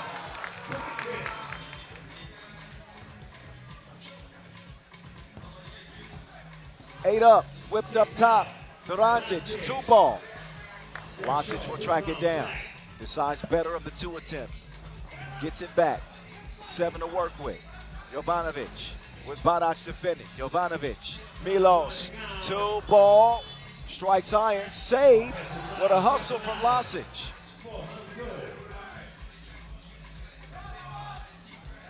Six to work with. Bones going to work on Dr. Strange. Bones, no. Naranjic down. Stojacic up. Vračar, score. This game is off the hinges right now. And Milos Jovanovic, swish from 2. 10-9. 6 points for Jovanovic. Coming over from Podgorica. He's making an impression on his new squad.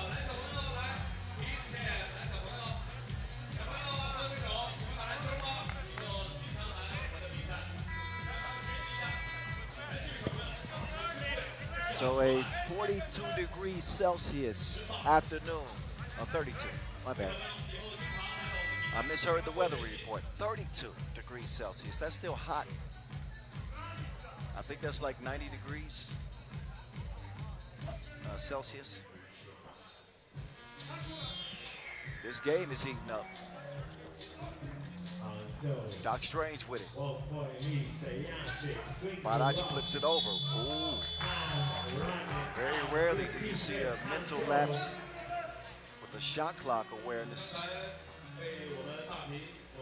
But ooh, kind of glitched.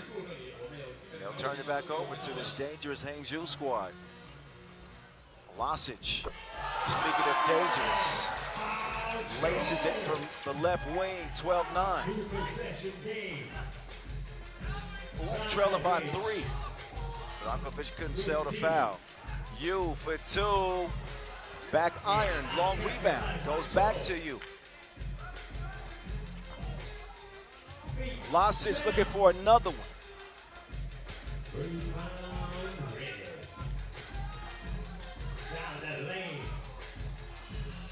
Vračar no good.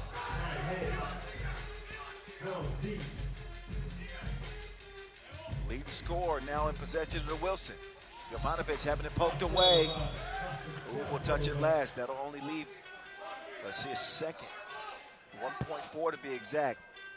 But another look at Alexander Lasic. They get it off in time, but it doesn't go. Offensive foul.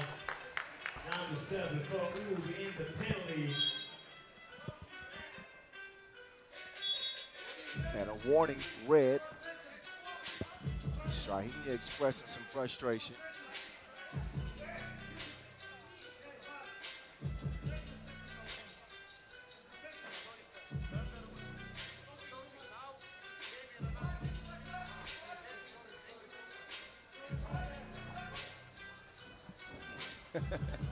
(12-9). Bishop Vlad told Jovanovic, let me do my job, man. First warning was coaching, this was behavior. Lasic, Jeremic! Hangzhou lead by 4 and will get a steal. This could be huge. Lasic will miss it as Ooh breathe a sigh of relief. Strange will convert the layup. But 2.5 to play, and Hangzhou are trying to hold off world's #1 ranked team. You for 2, that won't go. Out to Shaheen. Dr. Strange waiting on the ball screen from Narajic. He'll get it. He'll let the 2 fly. Misses it right. Barac will fly in and save the possession here for Ooh as they'll get reset. Barac moves right. Barac eyeing a 2-ball. He wasn't seeing things clearly. Missed it all.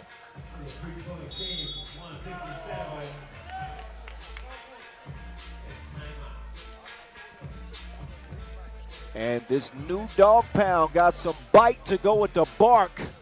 And this man is off the leash. Alexander Lasic.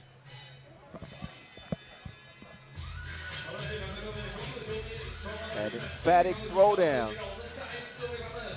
as the gauntlet has been thrown down in this one. Hangzhou didn't come into this game to lay down.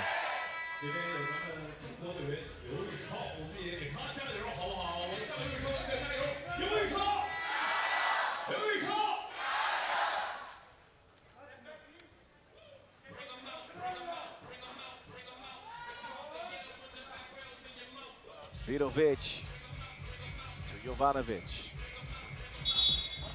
Offensive foul. Jovanovic was moving on the screen. So neither team can commit a defensive foul without sending the opposition to the free throw line with 1:48 left in a 13-10 game.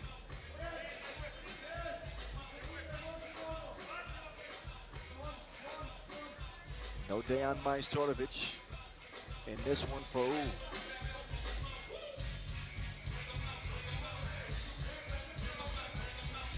If you happen to check out my podcast with Boz Rosendahl and Vince Chang, it's called Word on the Streets. Replace the E's with 3s. You find it on all your major platforms and on YouTube. We picked some sleepers this year, and Hangzhou was in the discussion. I believe the Mountain nominated Hangzhou, and they living up to the expectation so far in this one. Can they close the deal? Great closeout defense from Stojacic, excuse me. Barac battling for another bucket on the inside. He's been consistent for Oob in this one. Lasic, oh man, you can't treat Doc Strange like that. And Shaheen is beside himself. He cannot believe that he was called for the blocking foul. But if you take another look, make the decision for yourself. I believe he's moving. He didn't beat him to the spot.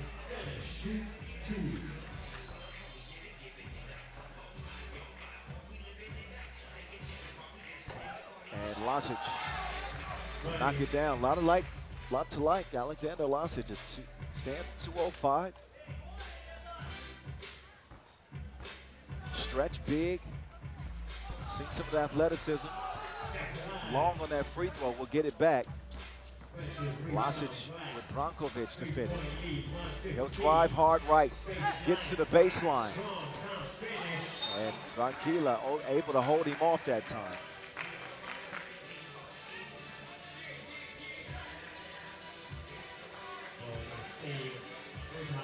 There's Vlasic out here playing in some Saucony's.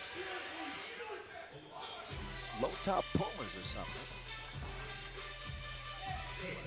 Oh, Jovanovic, nice jab step, and he nearly smoked the layup. He nearly smoked it. But he is able to get it to trickle in. And Uber being put to the test. I've mentioned, the games that they played in Utsunomiya, none were easy. 2 of the first 3 went to overtime before eventually losing in the semifinals. And their first game here being tested as well, as teams believe the air of invincibility with Doc Strange and company is not really striking fear in squads anymore. That one kept alive. 40 seconds left. Vlasic no good.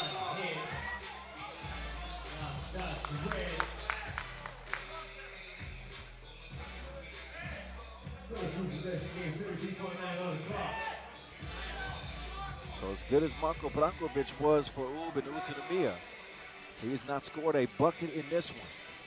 Will he come up big in crunch time like he did in Utsunomiya? We'll find out. He's got a defensive assignment in front of him right now. Milos Jovanovic will misfire from 2. Big possession from Ub here and now. They're going to feed the Eliminator. A needed bucket to make it a 1-possession game. Hangzhou going to use some clock. 2 seconds separate the shot clock and the game clock. Bones, step back, 2-ball, blow! That the kill shot that will put it away. These dogs ain't laying down. Jovanovic and Hangzhou are going to shock Ub to start off Pool A action. No fear in Bones as he buries it off the step back. That is a big win for Hangzhou. 17-13.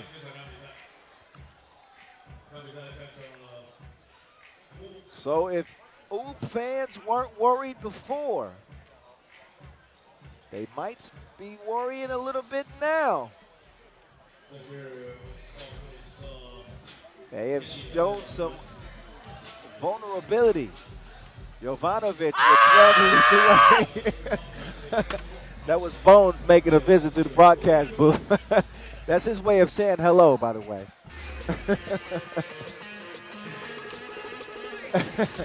Highlights in this one. Again, the 17-13 Hangzhou win.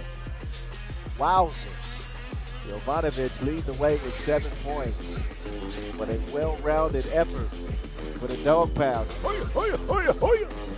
Intimidating defensive plays like that. Get that shot out of here. And some nice offense to go with it. All right, Pool B action, or not Pool B, Pool D action. Coming up next, it'll be our last game before the session break, which you'll get a chance to check out the remainder of the Chengdu Women's Series. Actually, we got 2 more games. I got ahead of myself. We got London and Lausanne up next, and that'll be followed by Raudondvaris, Hoptrans, and Ulaanbaatar NMC Energy before the session break. So we'll give you a look at the pool standings so far after the highlight rip, and then we'll get right back to the action from Chengdu.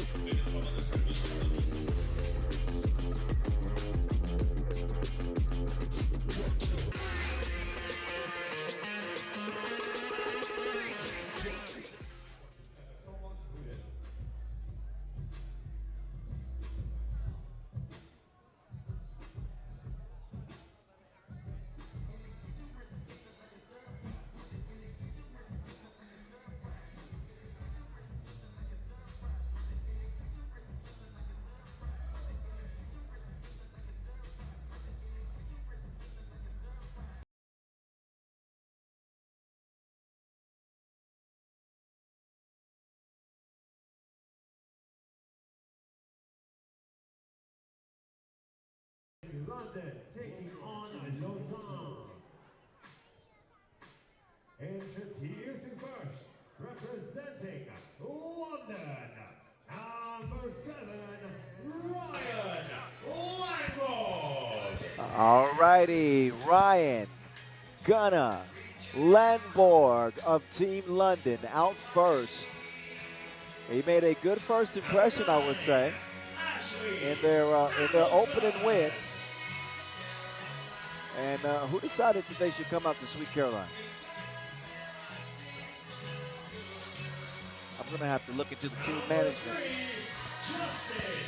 How are you supposed to get hyped for a game listening to Sweet Caroline?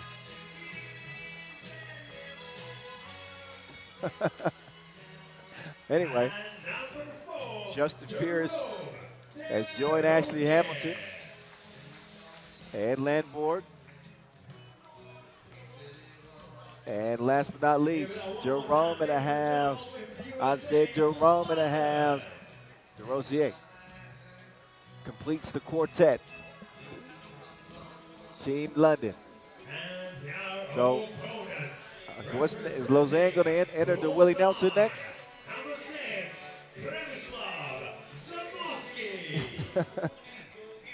New look. We got new look teams throughout the league this year. Who would have thought that Zibo would find a home in Switzerland? Yes, the Polish great and two-time Olympian, European and World Cup bronze medalist Przemysław Zamoyski has joined Lausanne. Coming out in the hot pink, Gilles Martin, the Wizard of Oz. A familiar face. He's a Swiss legend, but he's not with his normal partners in crime. I believe that Marco Lemon is still part of the rotation, but great Wes Motini is not.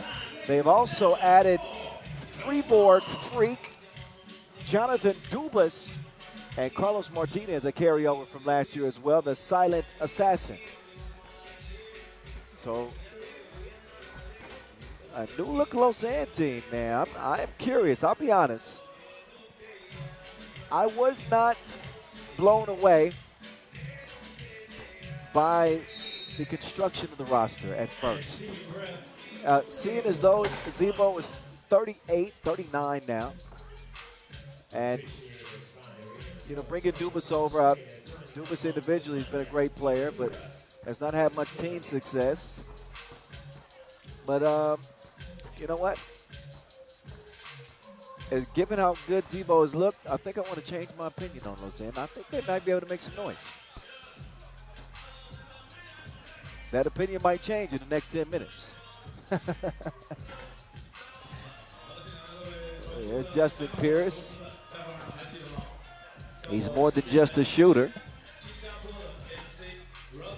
But still, London, even with that opening win, I think that there's still some improvements to be made. They got a win over Vračar, who came out of the QD, but it was a dogfight until they were able to kind of expand the lead at the free throw line. And now for Hamilton, who kind of keyed that attack and led the way with 9 points. He'll battling with Dubas in this one. That might mitigate, his typical performance, because Dubas is one of the strongest and most aggressive bigs around.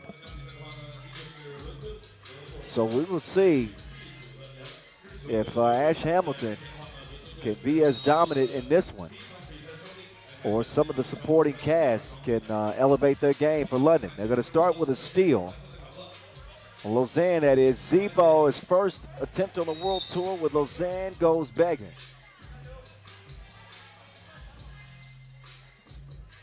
Lausanne did qualify to the World Tour final last year thanks to 2 second-place finishes to start the year, but after those 2 second-place finishes, they fell off the wagon.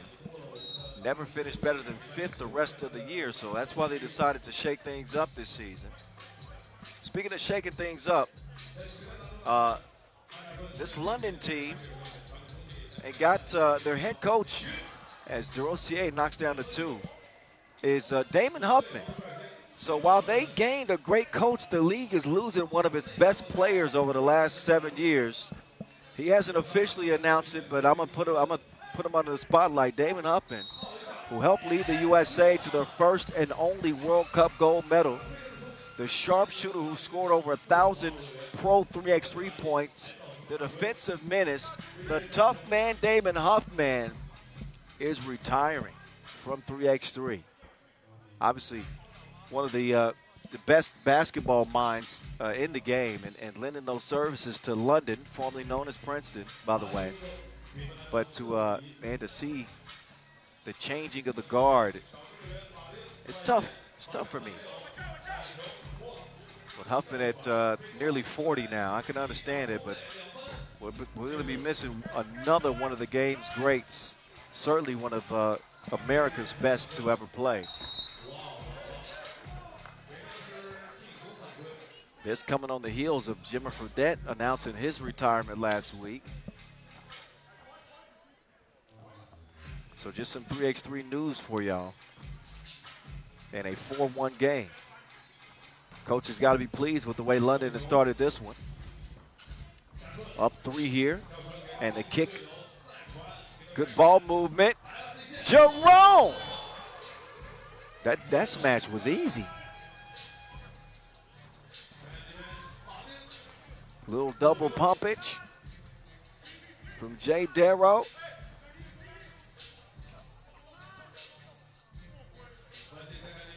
That time comes up shy. Tracked down by the silent assassin. Los Martinez. Inside to Dubas. Dubas makes the extra pass. Gilles Martin. No, Gilles will get it back. He'll flick it off the window and in. JP. Over to JD. And a foul on the baseline. London, the artist formerly known as Prince. Done. Two-handed pokey from Jay Darrow. Taking off. 5-2 start for London. Oh, give me those. Quick hands. Zebo cannot convert it into points. Hamilton being pestered by Zamoyski. Hamilton taking it at Dubas, gets it back and misses it. Now they're going to feature Dubas, but Hamilton wasn't having it. He'll poke it away. 8 seconds left on the shot clock for Lausanne.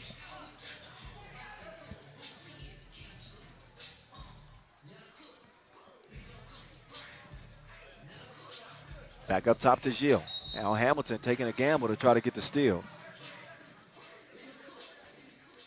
And he said that's a foul.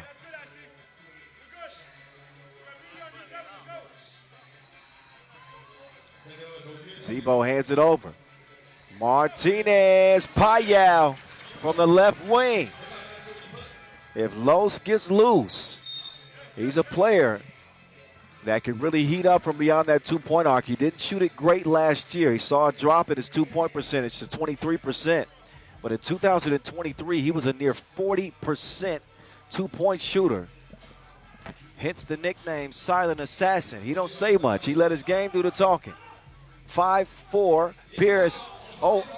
Bad collision between Martinez and Pierce. And both players are shaken up. Pierce is down.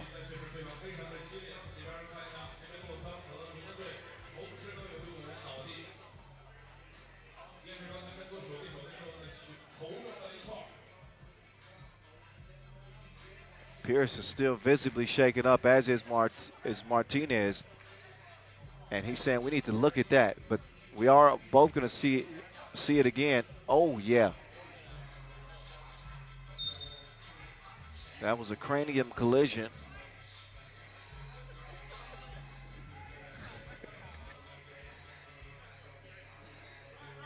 Thankfully, nobody's seriously hurt, but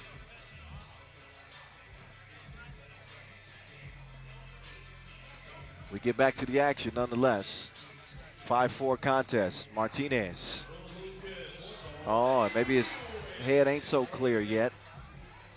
He misses a wide open layup as Landborg ain't landed nothing. Out of bounds it'll go.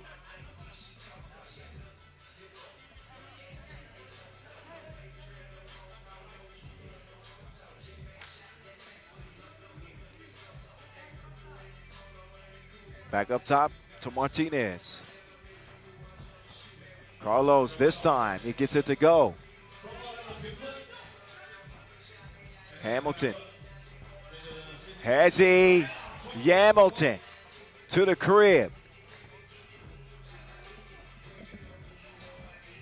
So far winning the battle of the bigs with Dubas. And then Dubas called for the shove in the back. That's 6 fouls on Lausanne. As we head into the media timeout, there's the hezzy and the takeoff from the British brute. 6'5" London.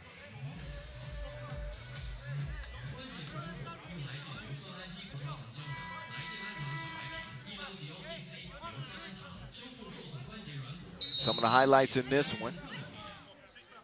Justin Pierce with the contact lay and the double pump stuff from Jay Darrow.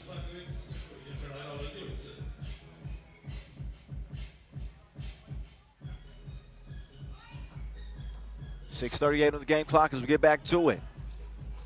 Second game in Pool D. Can London emerge unscathed? DeRosier no good that time. Slow on the closeout. Can Dubas make him pay? Not that time. Pierce kicked out to Jay Darrow. Directing traffic. Pierce up top. Justin.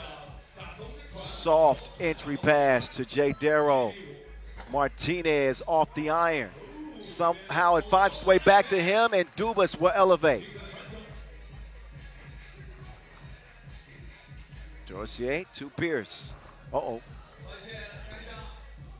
Dubas is still down. And London unable to make him pay despite a 3 versus 2 advantage. Carlos Martinez will track it down. Zamoyski inside. Dubas, easy work. 7-7 tie. Man, they are doing nothing to stop Jay Darrow. Another throwdown for DeRosier.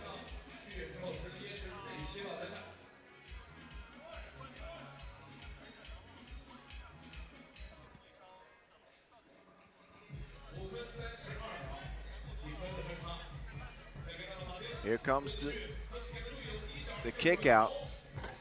So Moisky has not found his touch. Played for Warsaw Lotto last year, did Zevo. Just one Masters, and that was in Debrecen. But if you saw him at the Lausanne Mega Quest, that's what gave you, that spark, that encouragement that he might be an explosive offensive player this year. And he obviously still may be, but he's not had an explosive game. He'll get a rest as Hamilton will step up to the charity stripe. He will cash in the first of 2.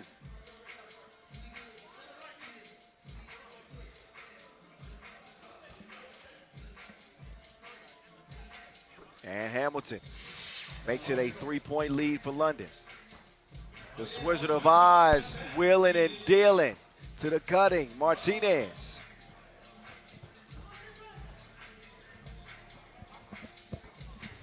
Landborg getting dizzy with it. No. Never mind. Shield. Drive, kick, low, slay.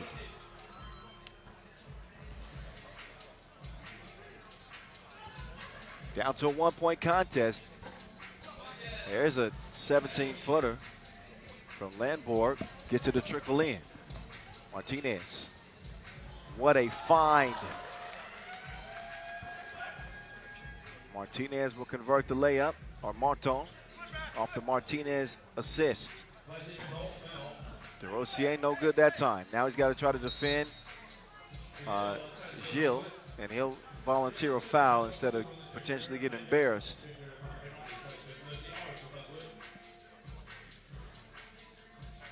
Here's Lamborg using that ball screen from DeRosier.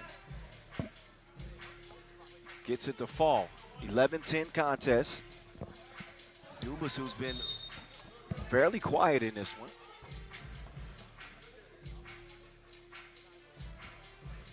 So London will pick up a third foul.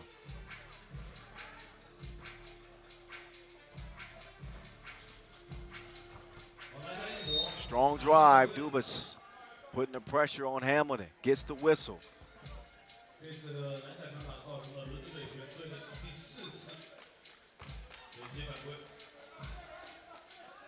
Johnny D only played, again, one Masters last year, but he averaged 7.5 points and 6.5 rebounds. Also featured on the Swiss national team last year. Finished 4th at the Europe Cup. Doesn't finish the trip to the stripe. Pierce strikes him from deep.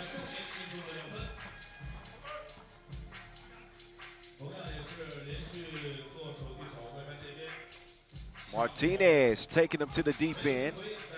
Long rebound. Zamoyski beelined it. Not a lot of arc on that shot, but he'll hit him if you leave him open. Nice entry pass, Hamilton. Got to use that right. Martinez, that 2 goes begging. 3.5 to play in a 1-point contest. Pierce on the drive. Pierce attacking Zamoyski. He'll shoot 2 free throws. That's the 8th on Lausanne.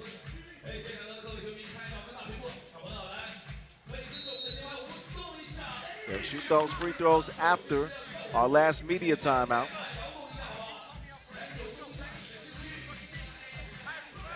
This time it's Jay Darrow, Jerome DeRosier leading the way for Team London.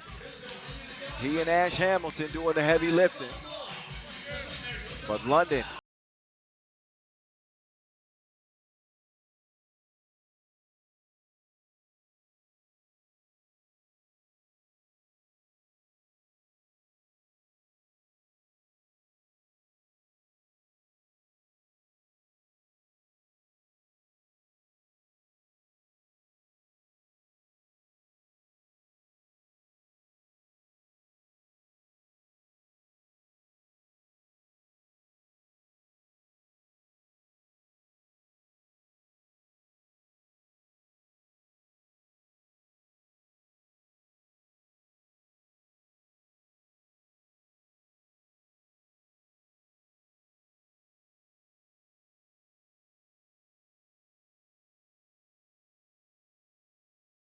heat on it.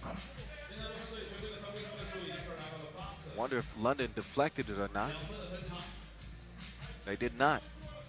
Just a bad pass.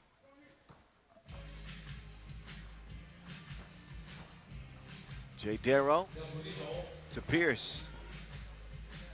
Now Pierce getting D'd up the length of Lausanne. Martinez relentless on the offensive glass as he'll draw the foul on Pierce.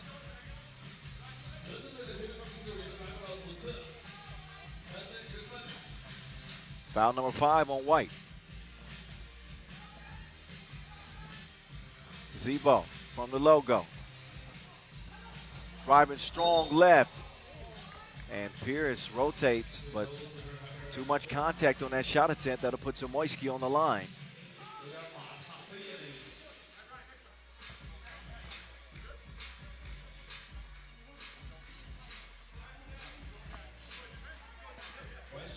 Prism's Law, Zamoyski. 3x3 veteran.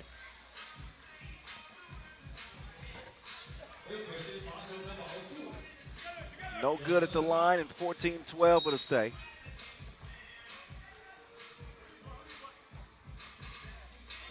So the offense in this game has been kind of touch and go.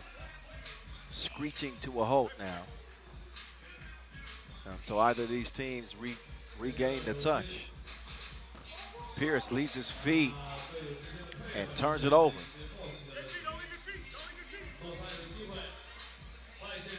Dubas, no good. Hamilton to Pierce. Oh, he's got Hamilton wide open. 4 to shoot. Lamberg, Pierce. No good.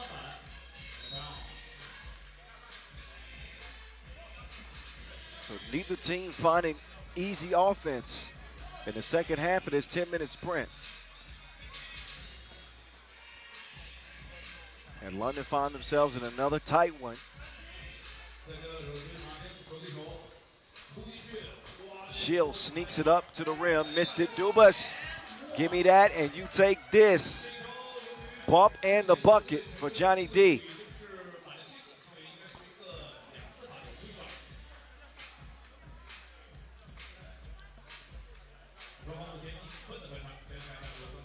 So Dubas, who's notoriously struggled at the free throw line, is shooting 2.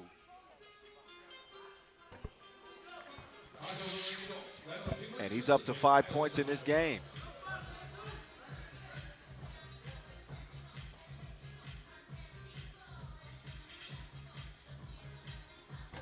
Dubas, not happening. Hamilton in control of it. He'll skip it to Lamborn. Jay Darrow. Nope. Zebo inside. Dubas comes up empty. DeRosier runs behind that big Hamilton screen. 15-14 the result. Runner is no good. DeRosier with 6 points. He wants another one. He's got 3 to shoot. Did he say about that? Indeed.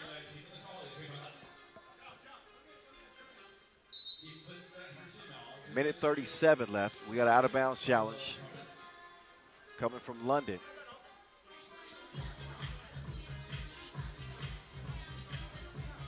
So that'll extend this timeout.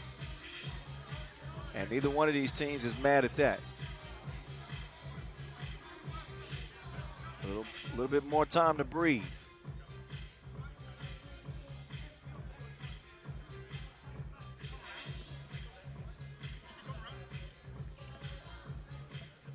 A game for London that could secure their spot in the quarterfinals.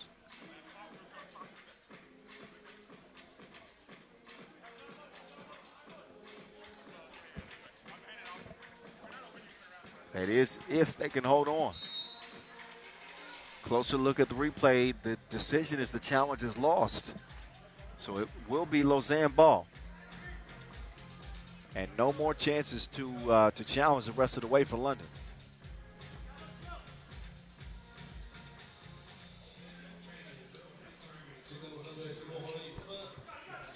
Rebound to Pierce off the miss.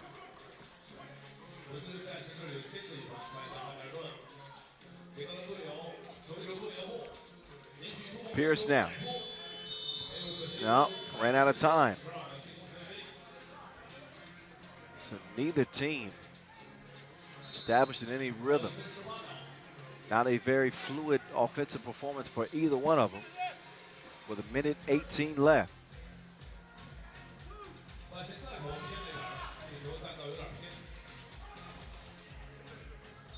Nobody wants to hold on to the rock either.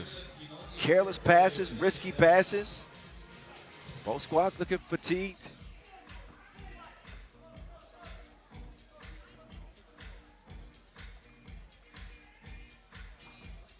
London taking over. Just over a minute to play in this one. 6 to shoot on the shot clock.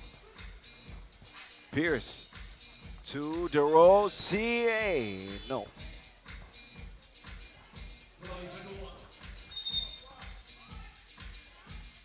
Foul on Pierce, running through the screen from Zamoyski.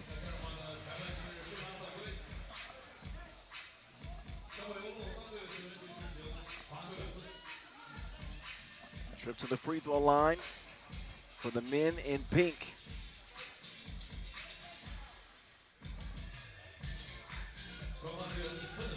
Rizomslav Zamoyski back on the stripe, a.k.a. Zebo. Only 2 points in the game until now. He's up to 3, and that'll tie things up at 15.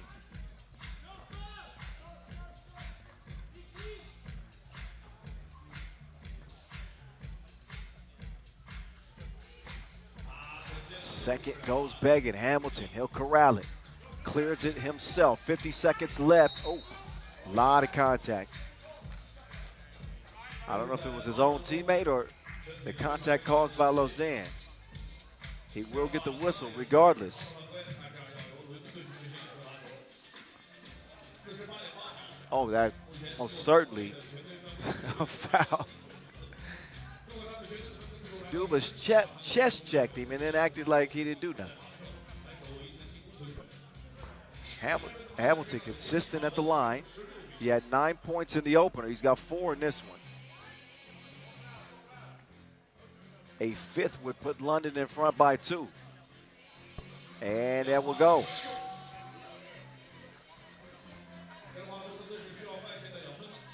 Martinez moving left. Zamoyski moving right. Zebo, wide open lane. Half of a minute to play. Handoff from Hamilton. DeRosier, the Canadian, no pucks given. Quick response, though, from Lausanne as we're down to the final 15 seconds. London using some time.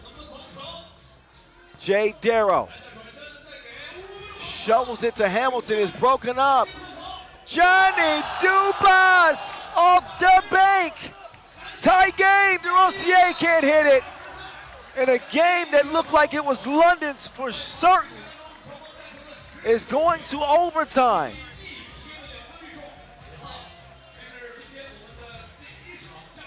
So there's the entry, a good look for DeRosier,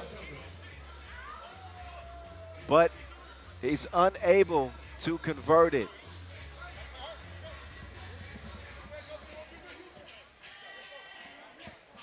But that shot from Jonathan Dubas was absolutely mental, falling away to tie this game and send it to OT. Here it is right here. Jonathan Dubas. Impossible. And there was the previous 2 from DeRosier that you thought might have put it away.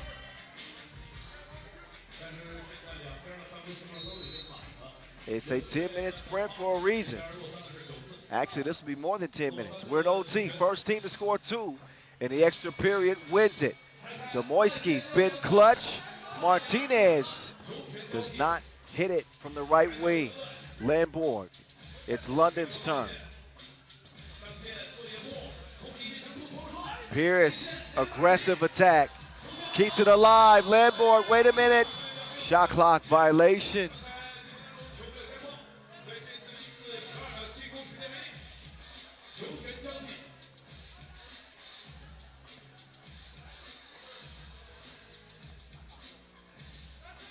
And over to Lausanne. The Wizard of Oz on the move. Up to Zebo. Wait a minute. Ball was kicked. Hamilton got a toe on it.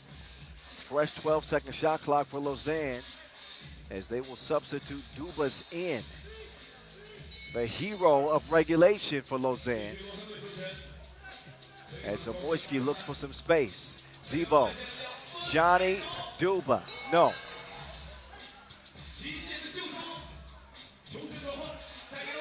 Ulaanbaatar gonna. He'll miss. Hamilton will clean it up. So the pressure is on Lausanne. They'll try to snatch this one with a 2-ball because London just need a bucket. Opens up the playbook for London. Martinez, Zebo. It's a no-go. And Martinez is claiming that it was deflected and they want to challenge it. So an out-of-bounds challenge. They'll get a closer look at it. If the challenge is lost and it ends up being London ball, That guy on your screen right there, that's who I'd be getting the ball to. Especially considering the penalty situation defensively for Lausanne. Oh, that does look like it might have been deflected.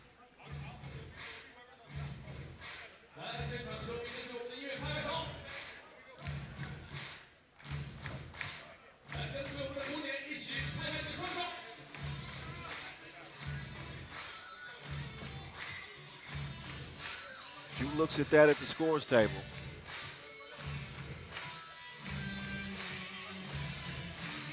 But from my vantage point, it looked like that ball just slightly changed trajectory after the contest from Pierce, which leads me to believe that he might have got a fingertip on it. I've been wrong before. It was once. It's 1989, I believe. I was 5. I haven't been wrong since.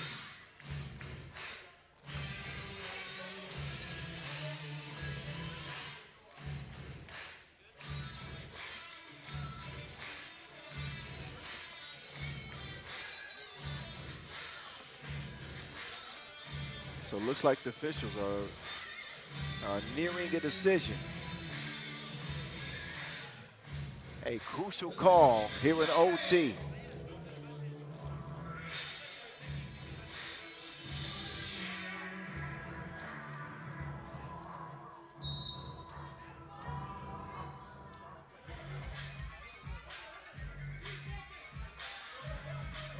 Challenge is 1. It is going to be Lausanne ball. Pierce got a finger on it. That'll leave 4 seconds to get a shot up. And Lausanne want a timeout. Smart timeout from Captain Gilles Martin. They'll likely try to draw up a look. Again, they don't have much time.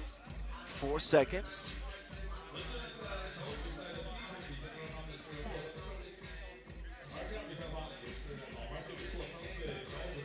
Then again, 4 seconds is, it's a good amount of time, considering that a full shot clock is 12 seconds. Certainly enough time to get a good look here.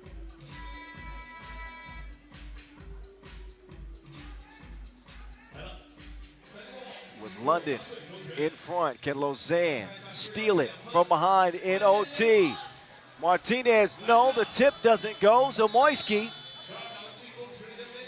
That 2 will not matter because it's a shot clock violation.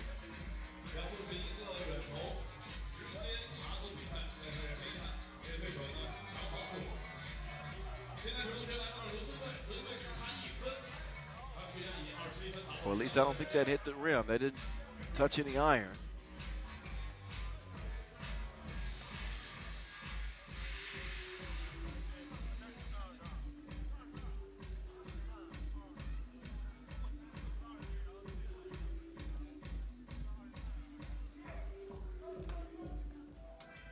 Ball back over to London. Can they put Lausanne to bed? Justin Pierce trying to take matters into his own hands. He'll miss it. Zamoyski. No.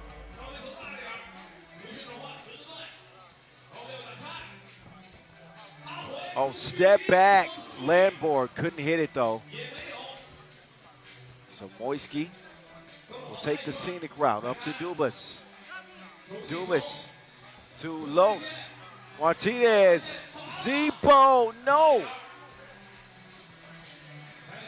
So this overtime is turning into an extended one. Both teams tired, playing sloppily, forcing shots and missing a lot. Still anybody's game to win. Still life for Lausanne, but they need to hit a 2, or at least take advantage of an open lane for maybe a 1. But I'm guessing that they want to end this one in one foul swoop. Zamoyski. Martin, there he is right on cue. Instead of forcing a two-point attempt, he takes an open lane and evens the game. 20 apiece. Next point wins. Hamilton up top. Jay Darrow. Game time. London 2-0. Jerome DeRosier puts him to bed. An extended overtime, but again, I remind you, Jerome and the Hound. I said Jerome and the Hound. Watch your mouth. The player from the Himalayas. Game winner, OT. 8 in the game for DeRosier. As London have to dig deep, but they're enjoying their first 2-0 start in the main draw as Team London.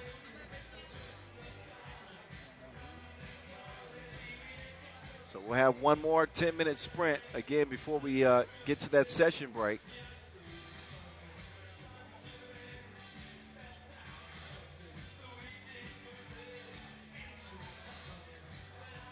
That'll be Raudondvaris Hoptrans and Ulaanbaatar MMC Energy.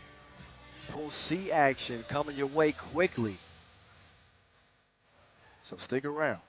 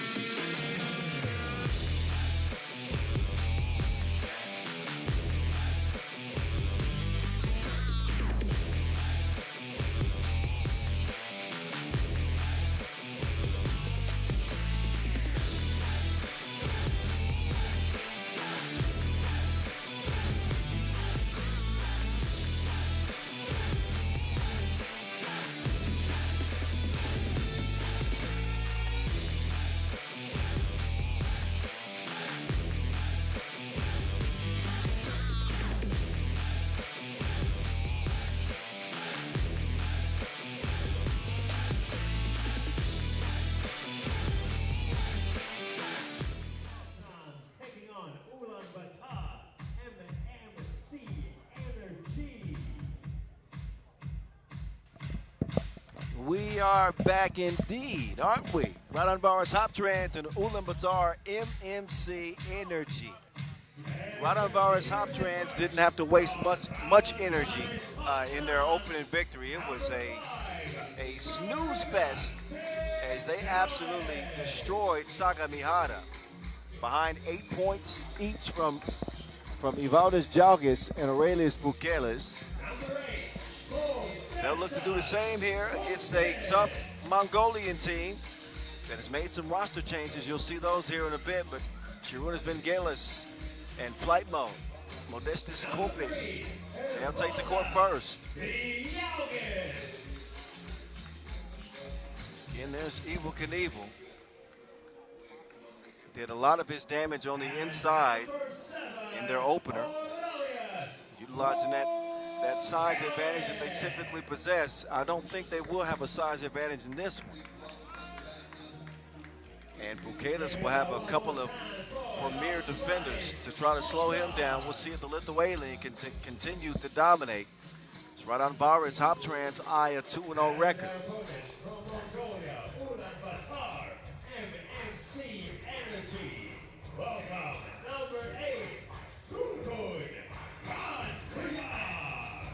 Here is an exciting new ad on this Ulaanbaatar team.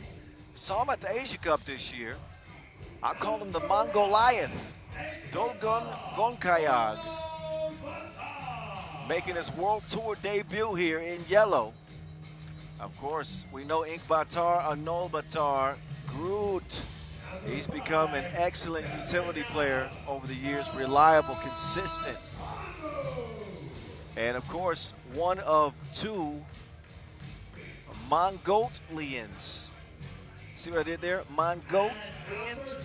They are the goats in Mongolian 3x3. The bull, Delgonyam Damasabu, and the war horseman, Dolgun Igbot.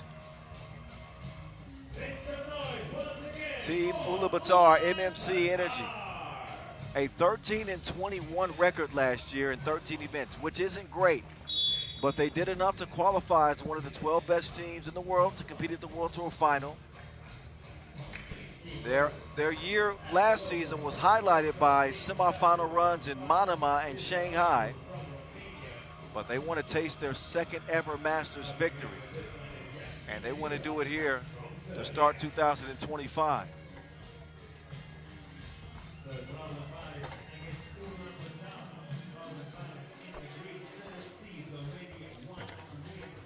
So they'll get an opportunity to get warmed up here.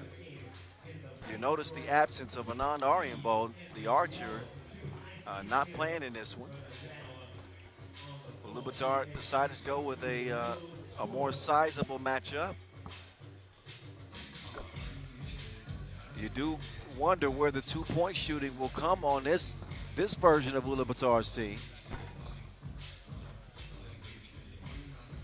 Igbot can knock him down. The bull rarely steps beyond the two-point arc. So in a battle of ones, who wins? The Lithuanians or the Mongolians? We'll find out. There's the bull. Top 50 player in the world, and has been the most dominant Mongolian player for years now. Coming off a season last year, he was a little bit injured, but still managed 5 points per game on 67% shooting. Evel Knievel, I mean, he was crazy at the end of last season. Averaged over 9 a game in the last month of 2024, and it started off 2025 pretty well too. Could be a big year for the duo for Raudondvaris, Jalgis and Pukelis, with 16 combined. So open things up.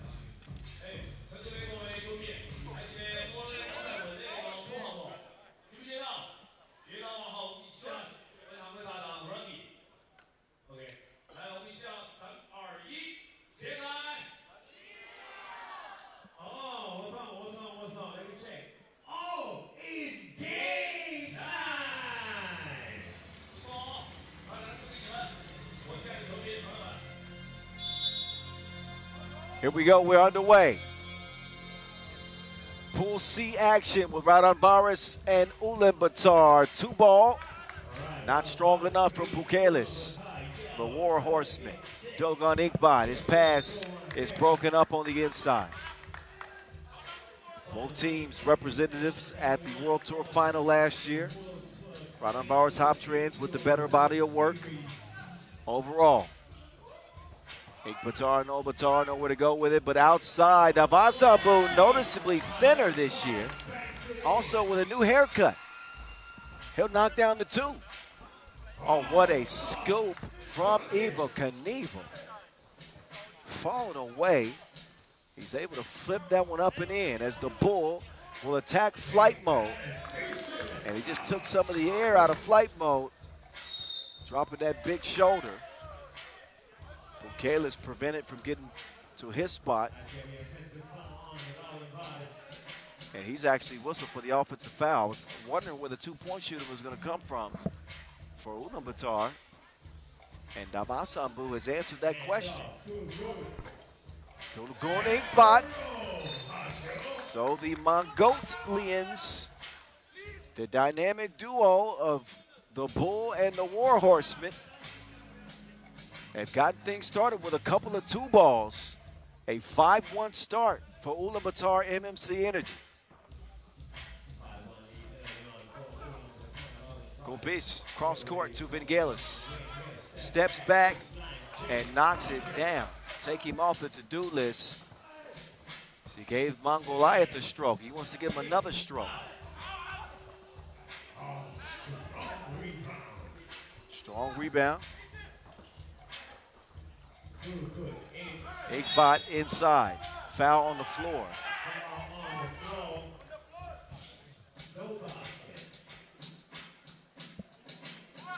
But again, that debut at the Asia Cup showed me all that I needed to see in terms of the potential for Dulgun Gunkayag.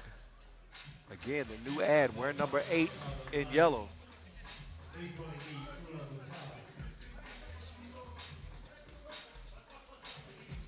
Stands 204 and packs a punch. Dogun Inkbot with another stroke from deep.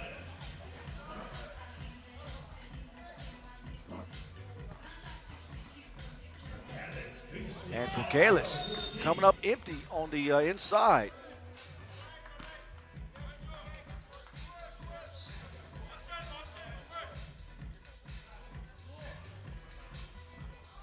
Another look. Inkbot all cloth that time, and a 7-2 Ulaanbaatar start. Vangelis trying to stop the bleeding. Nobody there to stop him at the rim. Layup line, 3-7.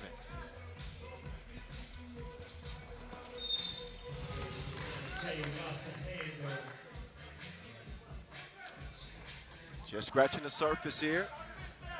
And this Pool C action midway through day 1. Game 6, I believe. Nice ball movement to the cutting Jalgis, but the defense on the inside. This is what Inkbaatar Novatar brings. As Davasambu, Monster Deck will draw the foul.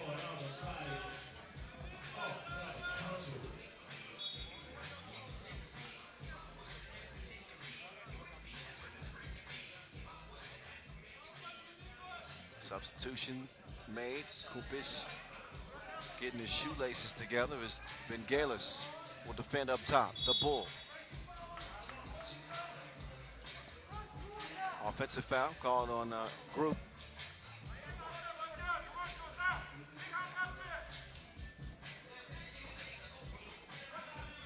Flight mode now.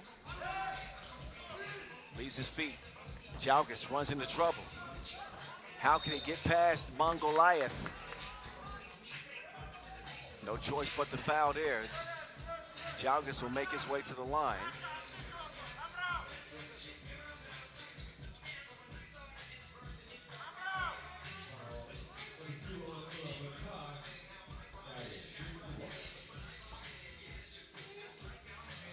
And Jalgis continues to knock him down from the free throw line. Flight mode on the baseline, keeps his tippy toes in. And then he's able to draw the foul. That's number 3 on Ulaanbaatar. So Raudondvaris Hoptrans, who were not tested at all in their opening win, have got to dig themselves out of an early deficit in this one. Kalis with the handoff. So the Lithuanians a little bit sloppy. As Bukalis will take a rest. Flight mode, defending up top. They decide to switch things out.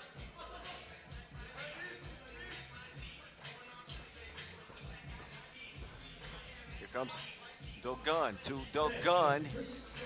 He'll misfire it. That's a push in the back called on the Bull.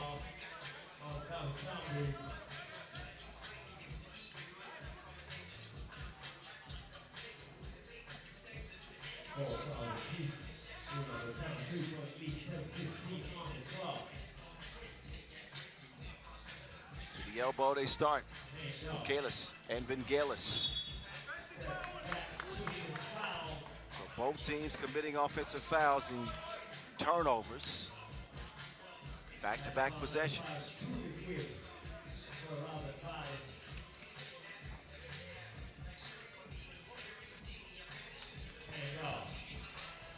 Oh, nice hezzy. Pocket pass, whistle though. Another offensive foul, 5th on the Mongolians. TV timeout.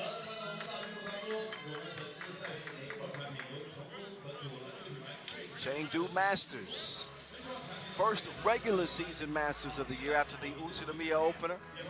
One of 15 cities that we will visit on this 2025 campaign.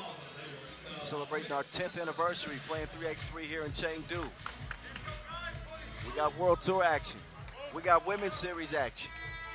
It's an action-packed weekend back in the Panda City.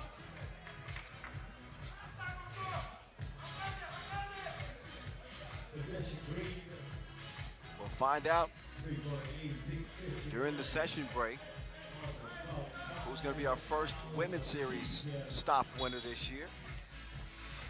So make sure y'all stick around for that. 7-4 back to it. Bengalis step back block. Straight on 2. Makes it a 1-point game.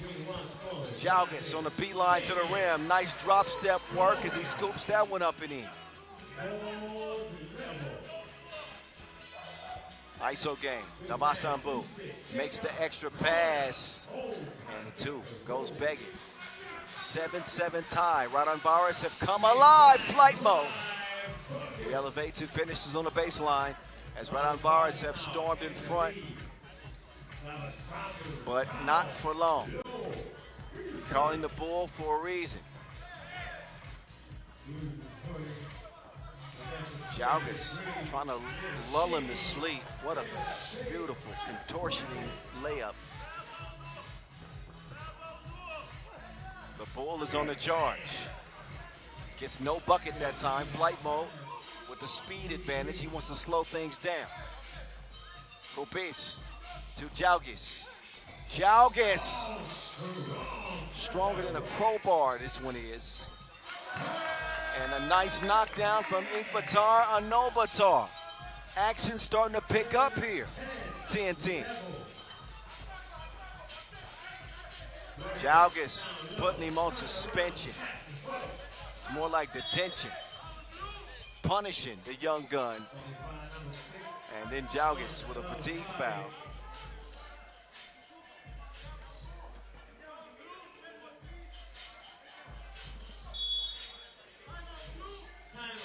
And Raudondvaris, Hoptrans want a timeout. Approaching the midway point in a game that started off with Ulaanbaatar in complete control. Knocking down 2s left and right. First it was the Bull, then it was Inkbot. And slow but steady, Raudondvaris. They don't get rattled and they find their way back in the contest behind Jalgis' 6 points. The difference in this one for Raudondvaris is Aurelius Bukelis has 0 points. He and Jalgis, the 1-2 punch, both with 8 in the opener. Still plenty of time for Bukelis to have us put some fingerprints on this game. But so far, not so good for the Lithuanian. He'll get the ball right on cue, and now Bukelis will get his first bucket of the game. 12-11. Raudondvaris in front. And it's a travel.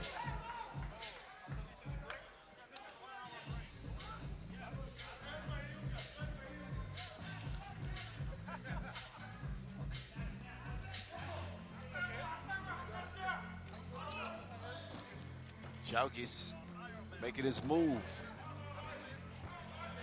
2 ultimate warriors competing right there, but there's no stopping Evaldis Jalgis. The war horseman ready for battle, and he will get called for an offensive foul. So now it's Ulaanbaatar being tested as it relates to their composure. When they were the aggressors early on, flight mode, slick move behind the back, Bengalis on the drive. Flight mode! That is how you finish with 2 hands.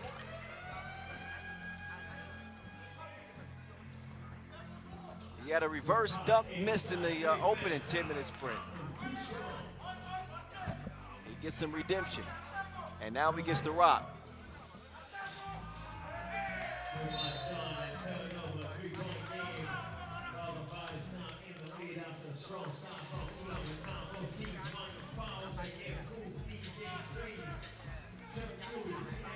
Just over 4 minutes to play here. As Raudondvaris nurse a 3-point lead. Ulaanbaatar here attacking between the two Asia Cup champions. And that is easy work for Dabasambu on the interior. He's got 5. Bengelis, no good that time from deep. Loose ball finds its way back to Shurunes.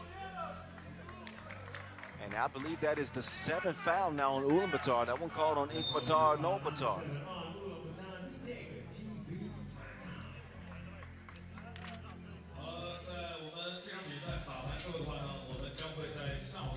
Media timeout in the 2-point game.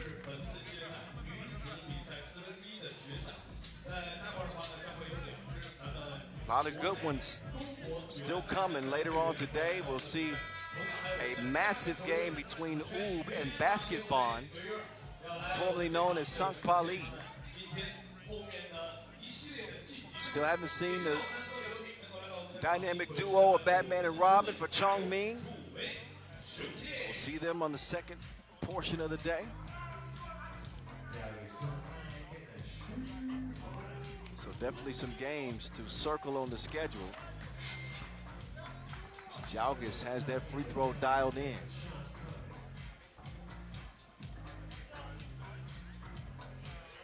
It is a luxury when you got Bukelis having a quiet game to have a player like Jalgis be able to take the lead. Dabasambu, plenty of strength, but not enough touch to finish that one. Flight mode, redirecting. Jalgis, jab step, can't cash it. Bukelis, no hesitation in the corner. Rebound goes to the Bull.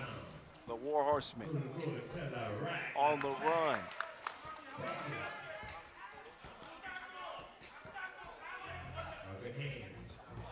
Kumpis throws it away. Inkbaatar, Nolbaatar wide open, and he'll make them pay double price. 1-point game. Evel Knievel making his move. Jalgis spit out.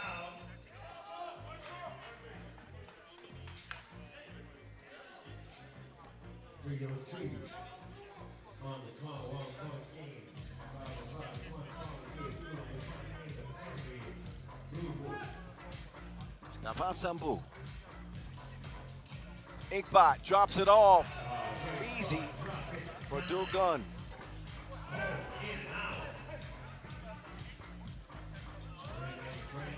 Gumkayag will get it back. Big advantage for the big man. Somehow Vangelis prevents him from making the shot. 16 all, anybody's game with 2.5 to go. Vangelis. That's not going to be an easy bucket, even though Vangelis has a size advantage. Inkbot has been one of the top defenders in the game for years. Bukelis still stuck at 1 point. Jalgis, though, is on a kill streak. He's got 9. Now Bukelis, oh, that's some big on big crime. He said Mongoliath who?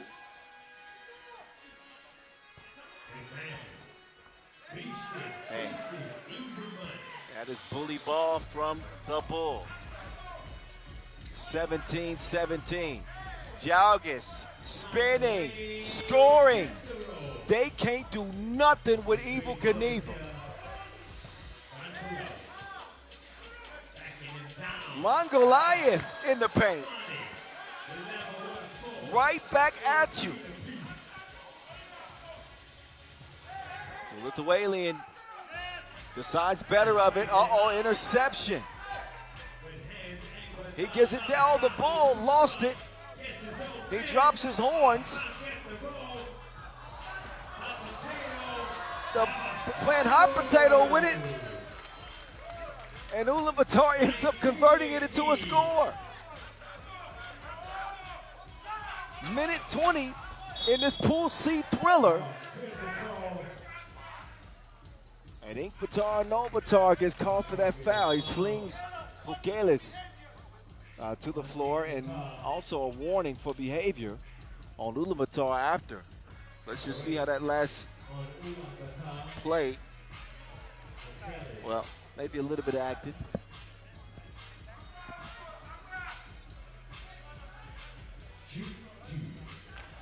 Little pushing and shoving too. So Bukelis, while he's been quiet, he can still have a big impact here late at the free throw line. Their first of 2 goals.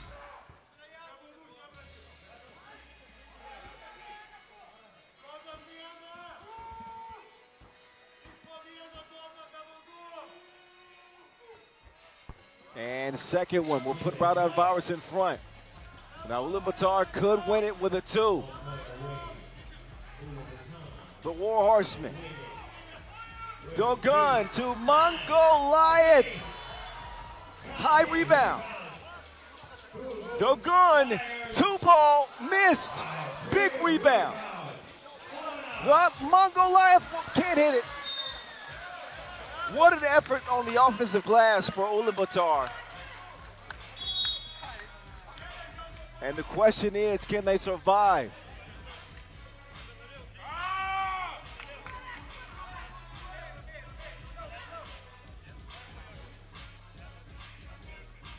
(20-19) lead.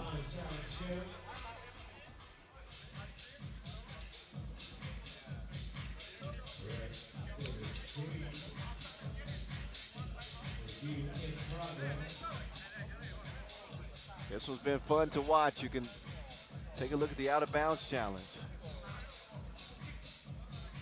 And from that vantage point, it looks like it went off of Davasambu. And that is indeed what the decision will be. Challenge is won. It's going to be blue ball.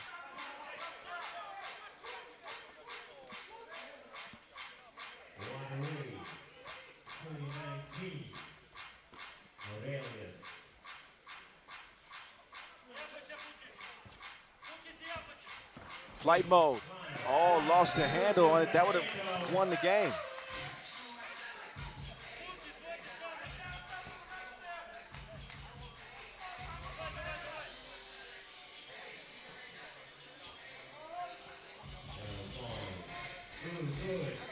Oh, Inkbot. Big turnover here with 34 seconds. Jalgis, flight mode. Up fake. Evil Knievel. Jalgis, 2-ball, can't end it. And then a foul called on Raudondvaris. 2 free throws now. Coming up after a timeout.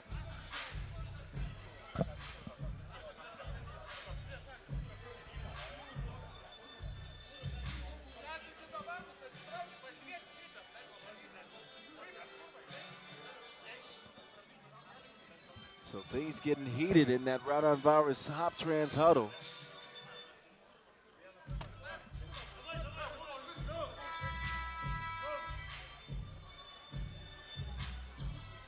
In a foul that could cost them the game. Dogun Inkbot at the line.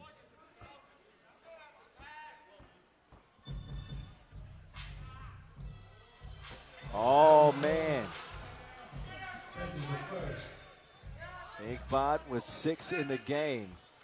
A 7th will tie things at 20 apiece. He'll rattle it in.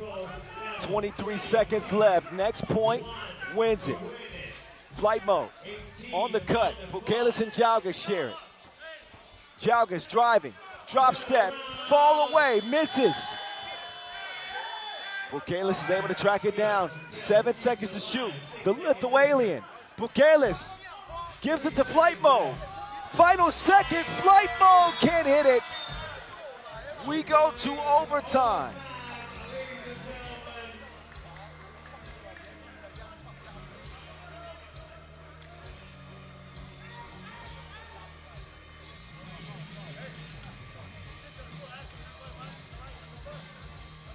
What a game to close this opening session. A dogfight between Raudondvaris and Ulaanbaatar. What's up, Bot?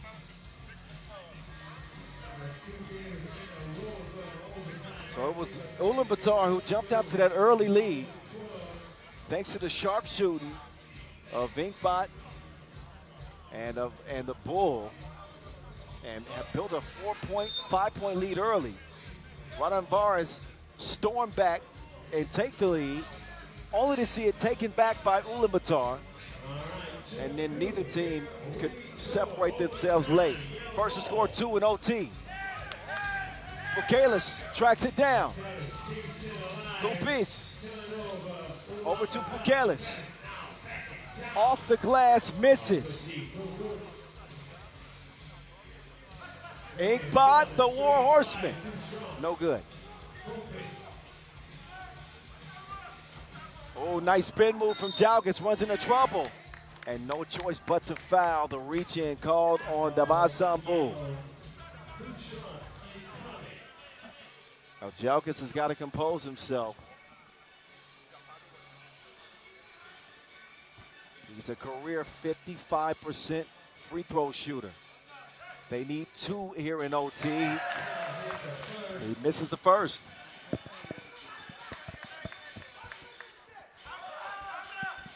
Ten in the game for Jalgis. Make that 11. Guarding the 2-point arc, top priority. Dabasambu going for the 1. Not a bad play, it evens things up. Flight mode. Bukelis double teamed. And a foul inside. And that is the 10th on Ulaanbaatar. So that means the double penalty.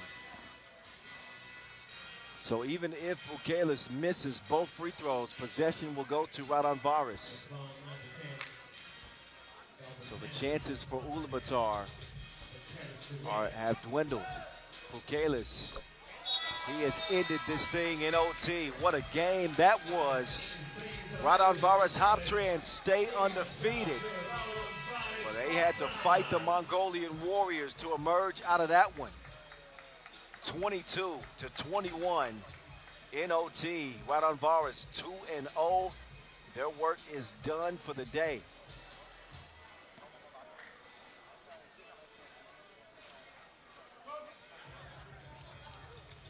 What a great start here in this session. 3x3 World Tour 80. We got more action coming. So we'll show you the highlights and then get you set up for the second half of the day.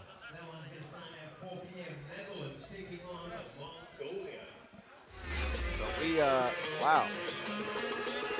That's the way you want to end the session. With a thriller. With a thriller. So again, if you're watching this one early, you have to be impressed with the fight that Ulaanbaatar came out with. Asserting themselves offensively, aggressive on the defensive end. Looked like Raudondvaris might not be ready for the fight. And right when you assume that, they started swinging back. Flight mode with the takeoff from the baseline, as Raudondvaris would then take the lead. Jalgis with just a monster game, 11 points in the contest for him. As not only did he sense, but he saw how Bukelis was being handled. They managed the big man pretty well defensively. But the Mongolians have some formidable bigs themselves. The new ad of Dogun and, of course, Dabasambu. That too gave Mongolia some life. But Ulaanbaatar MMC Energy's fouls ultimately ended up costing them, as Bukelis was able to put it away in OT. Dabasambu with a monster game, 8 points for him, but they will lose it by 1 in OT.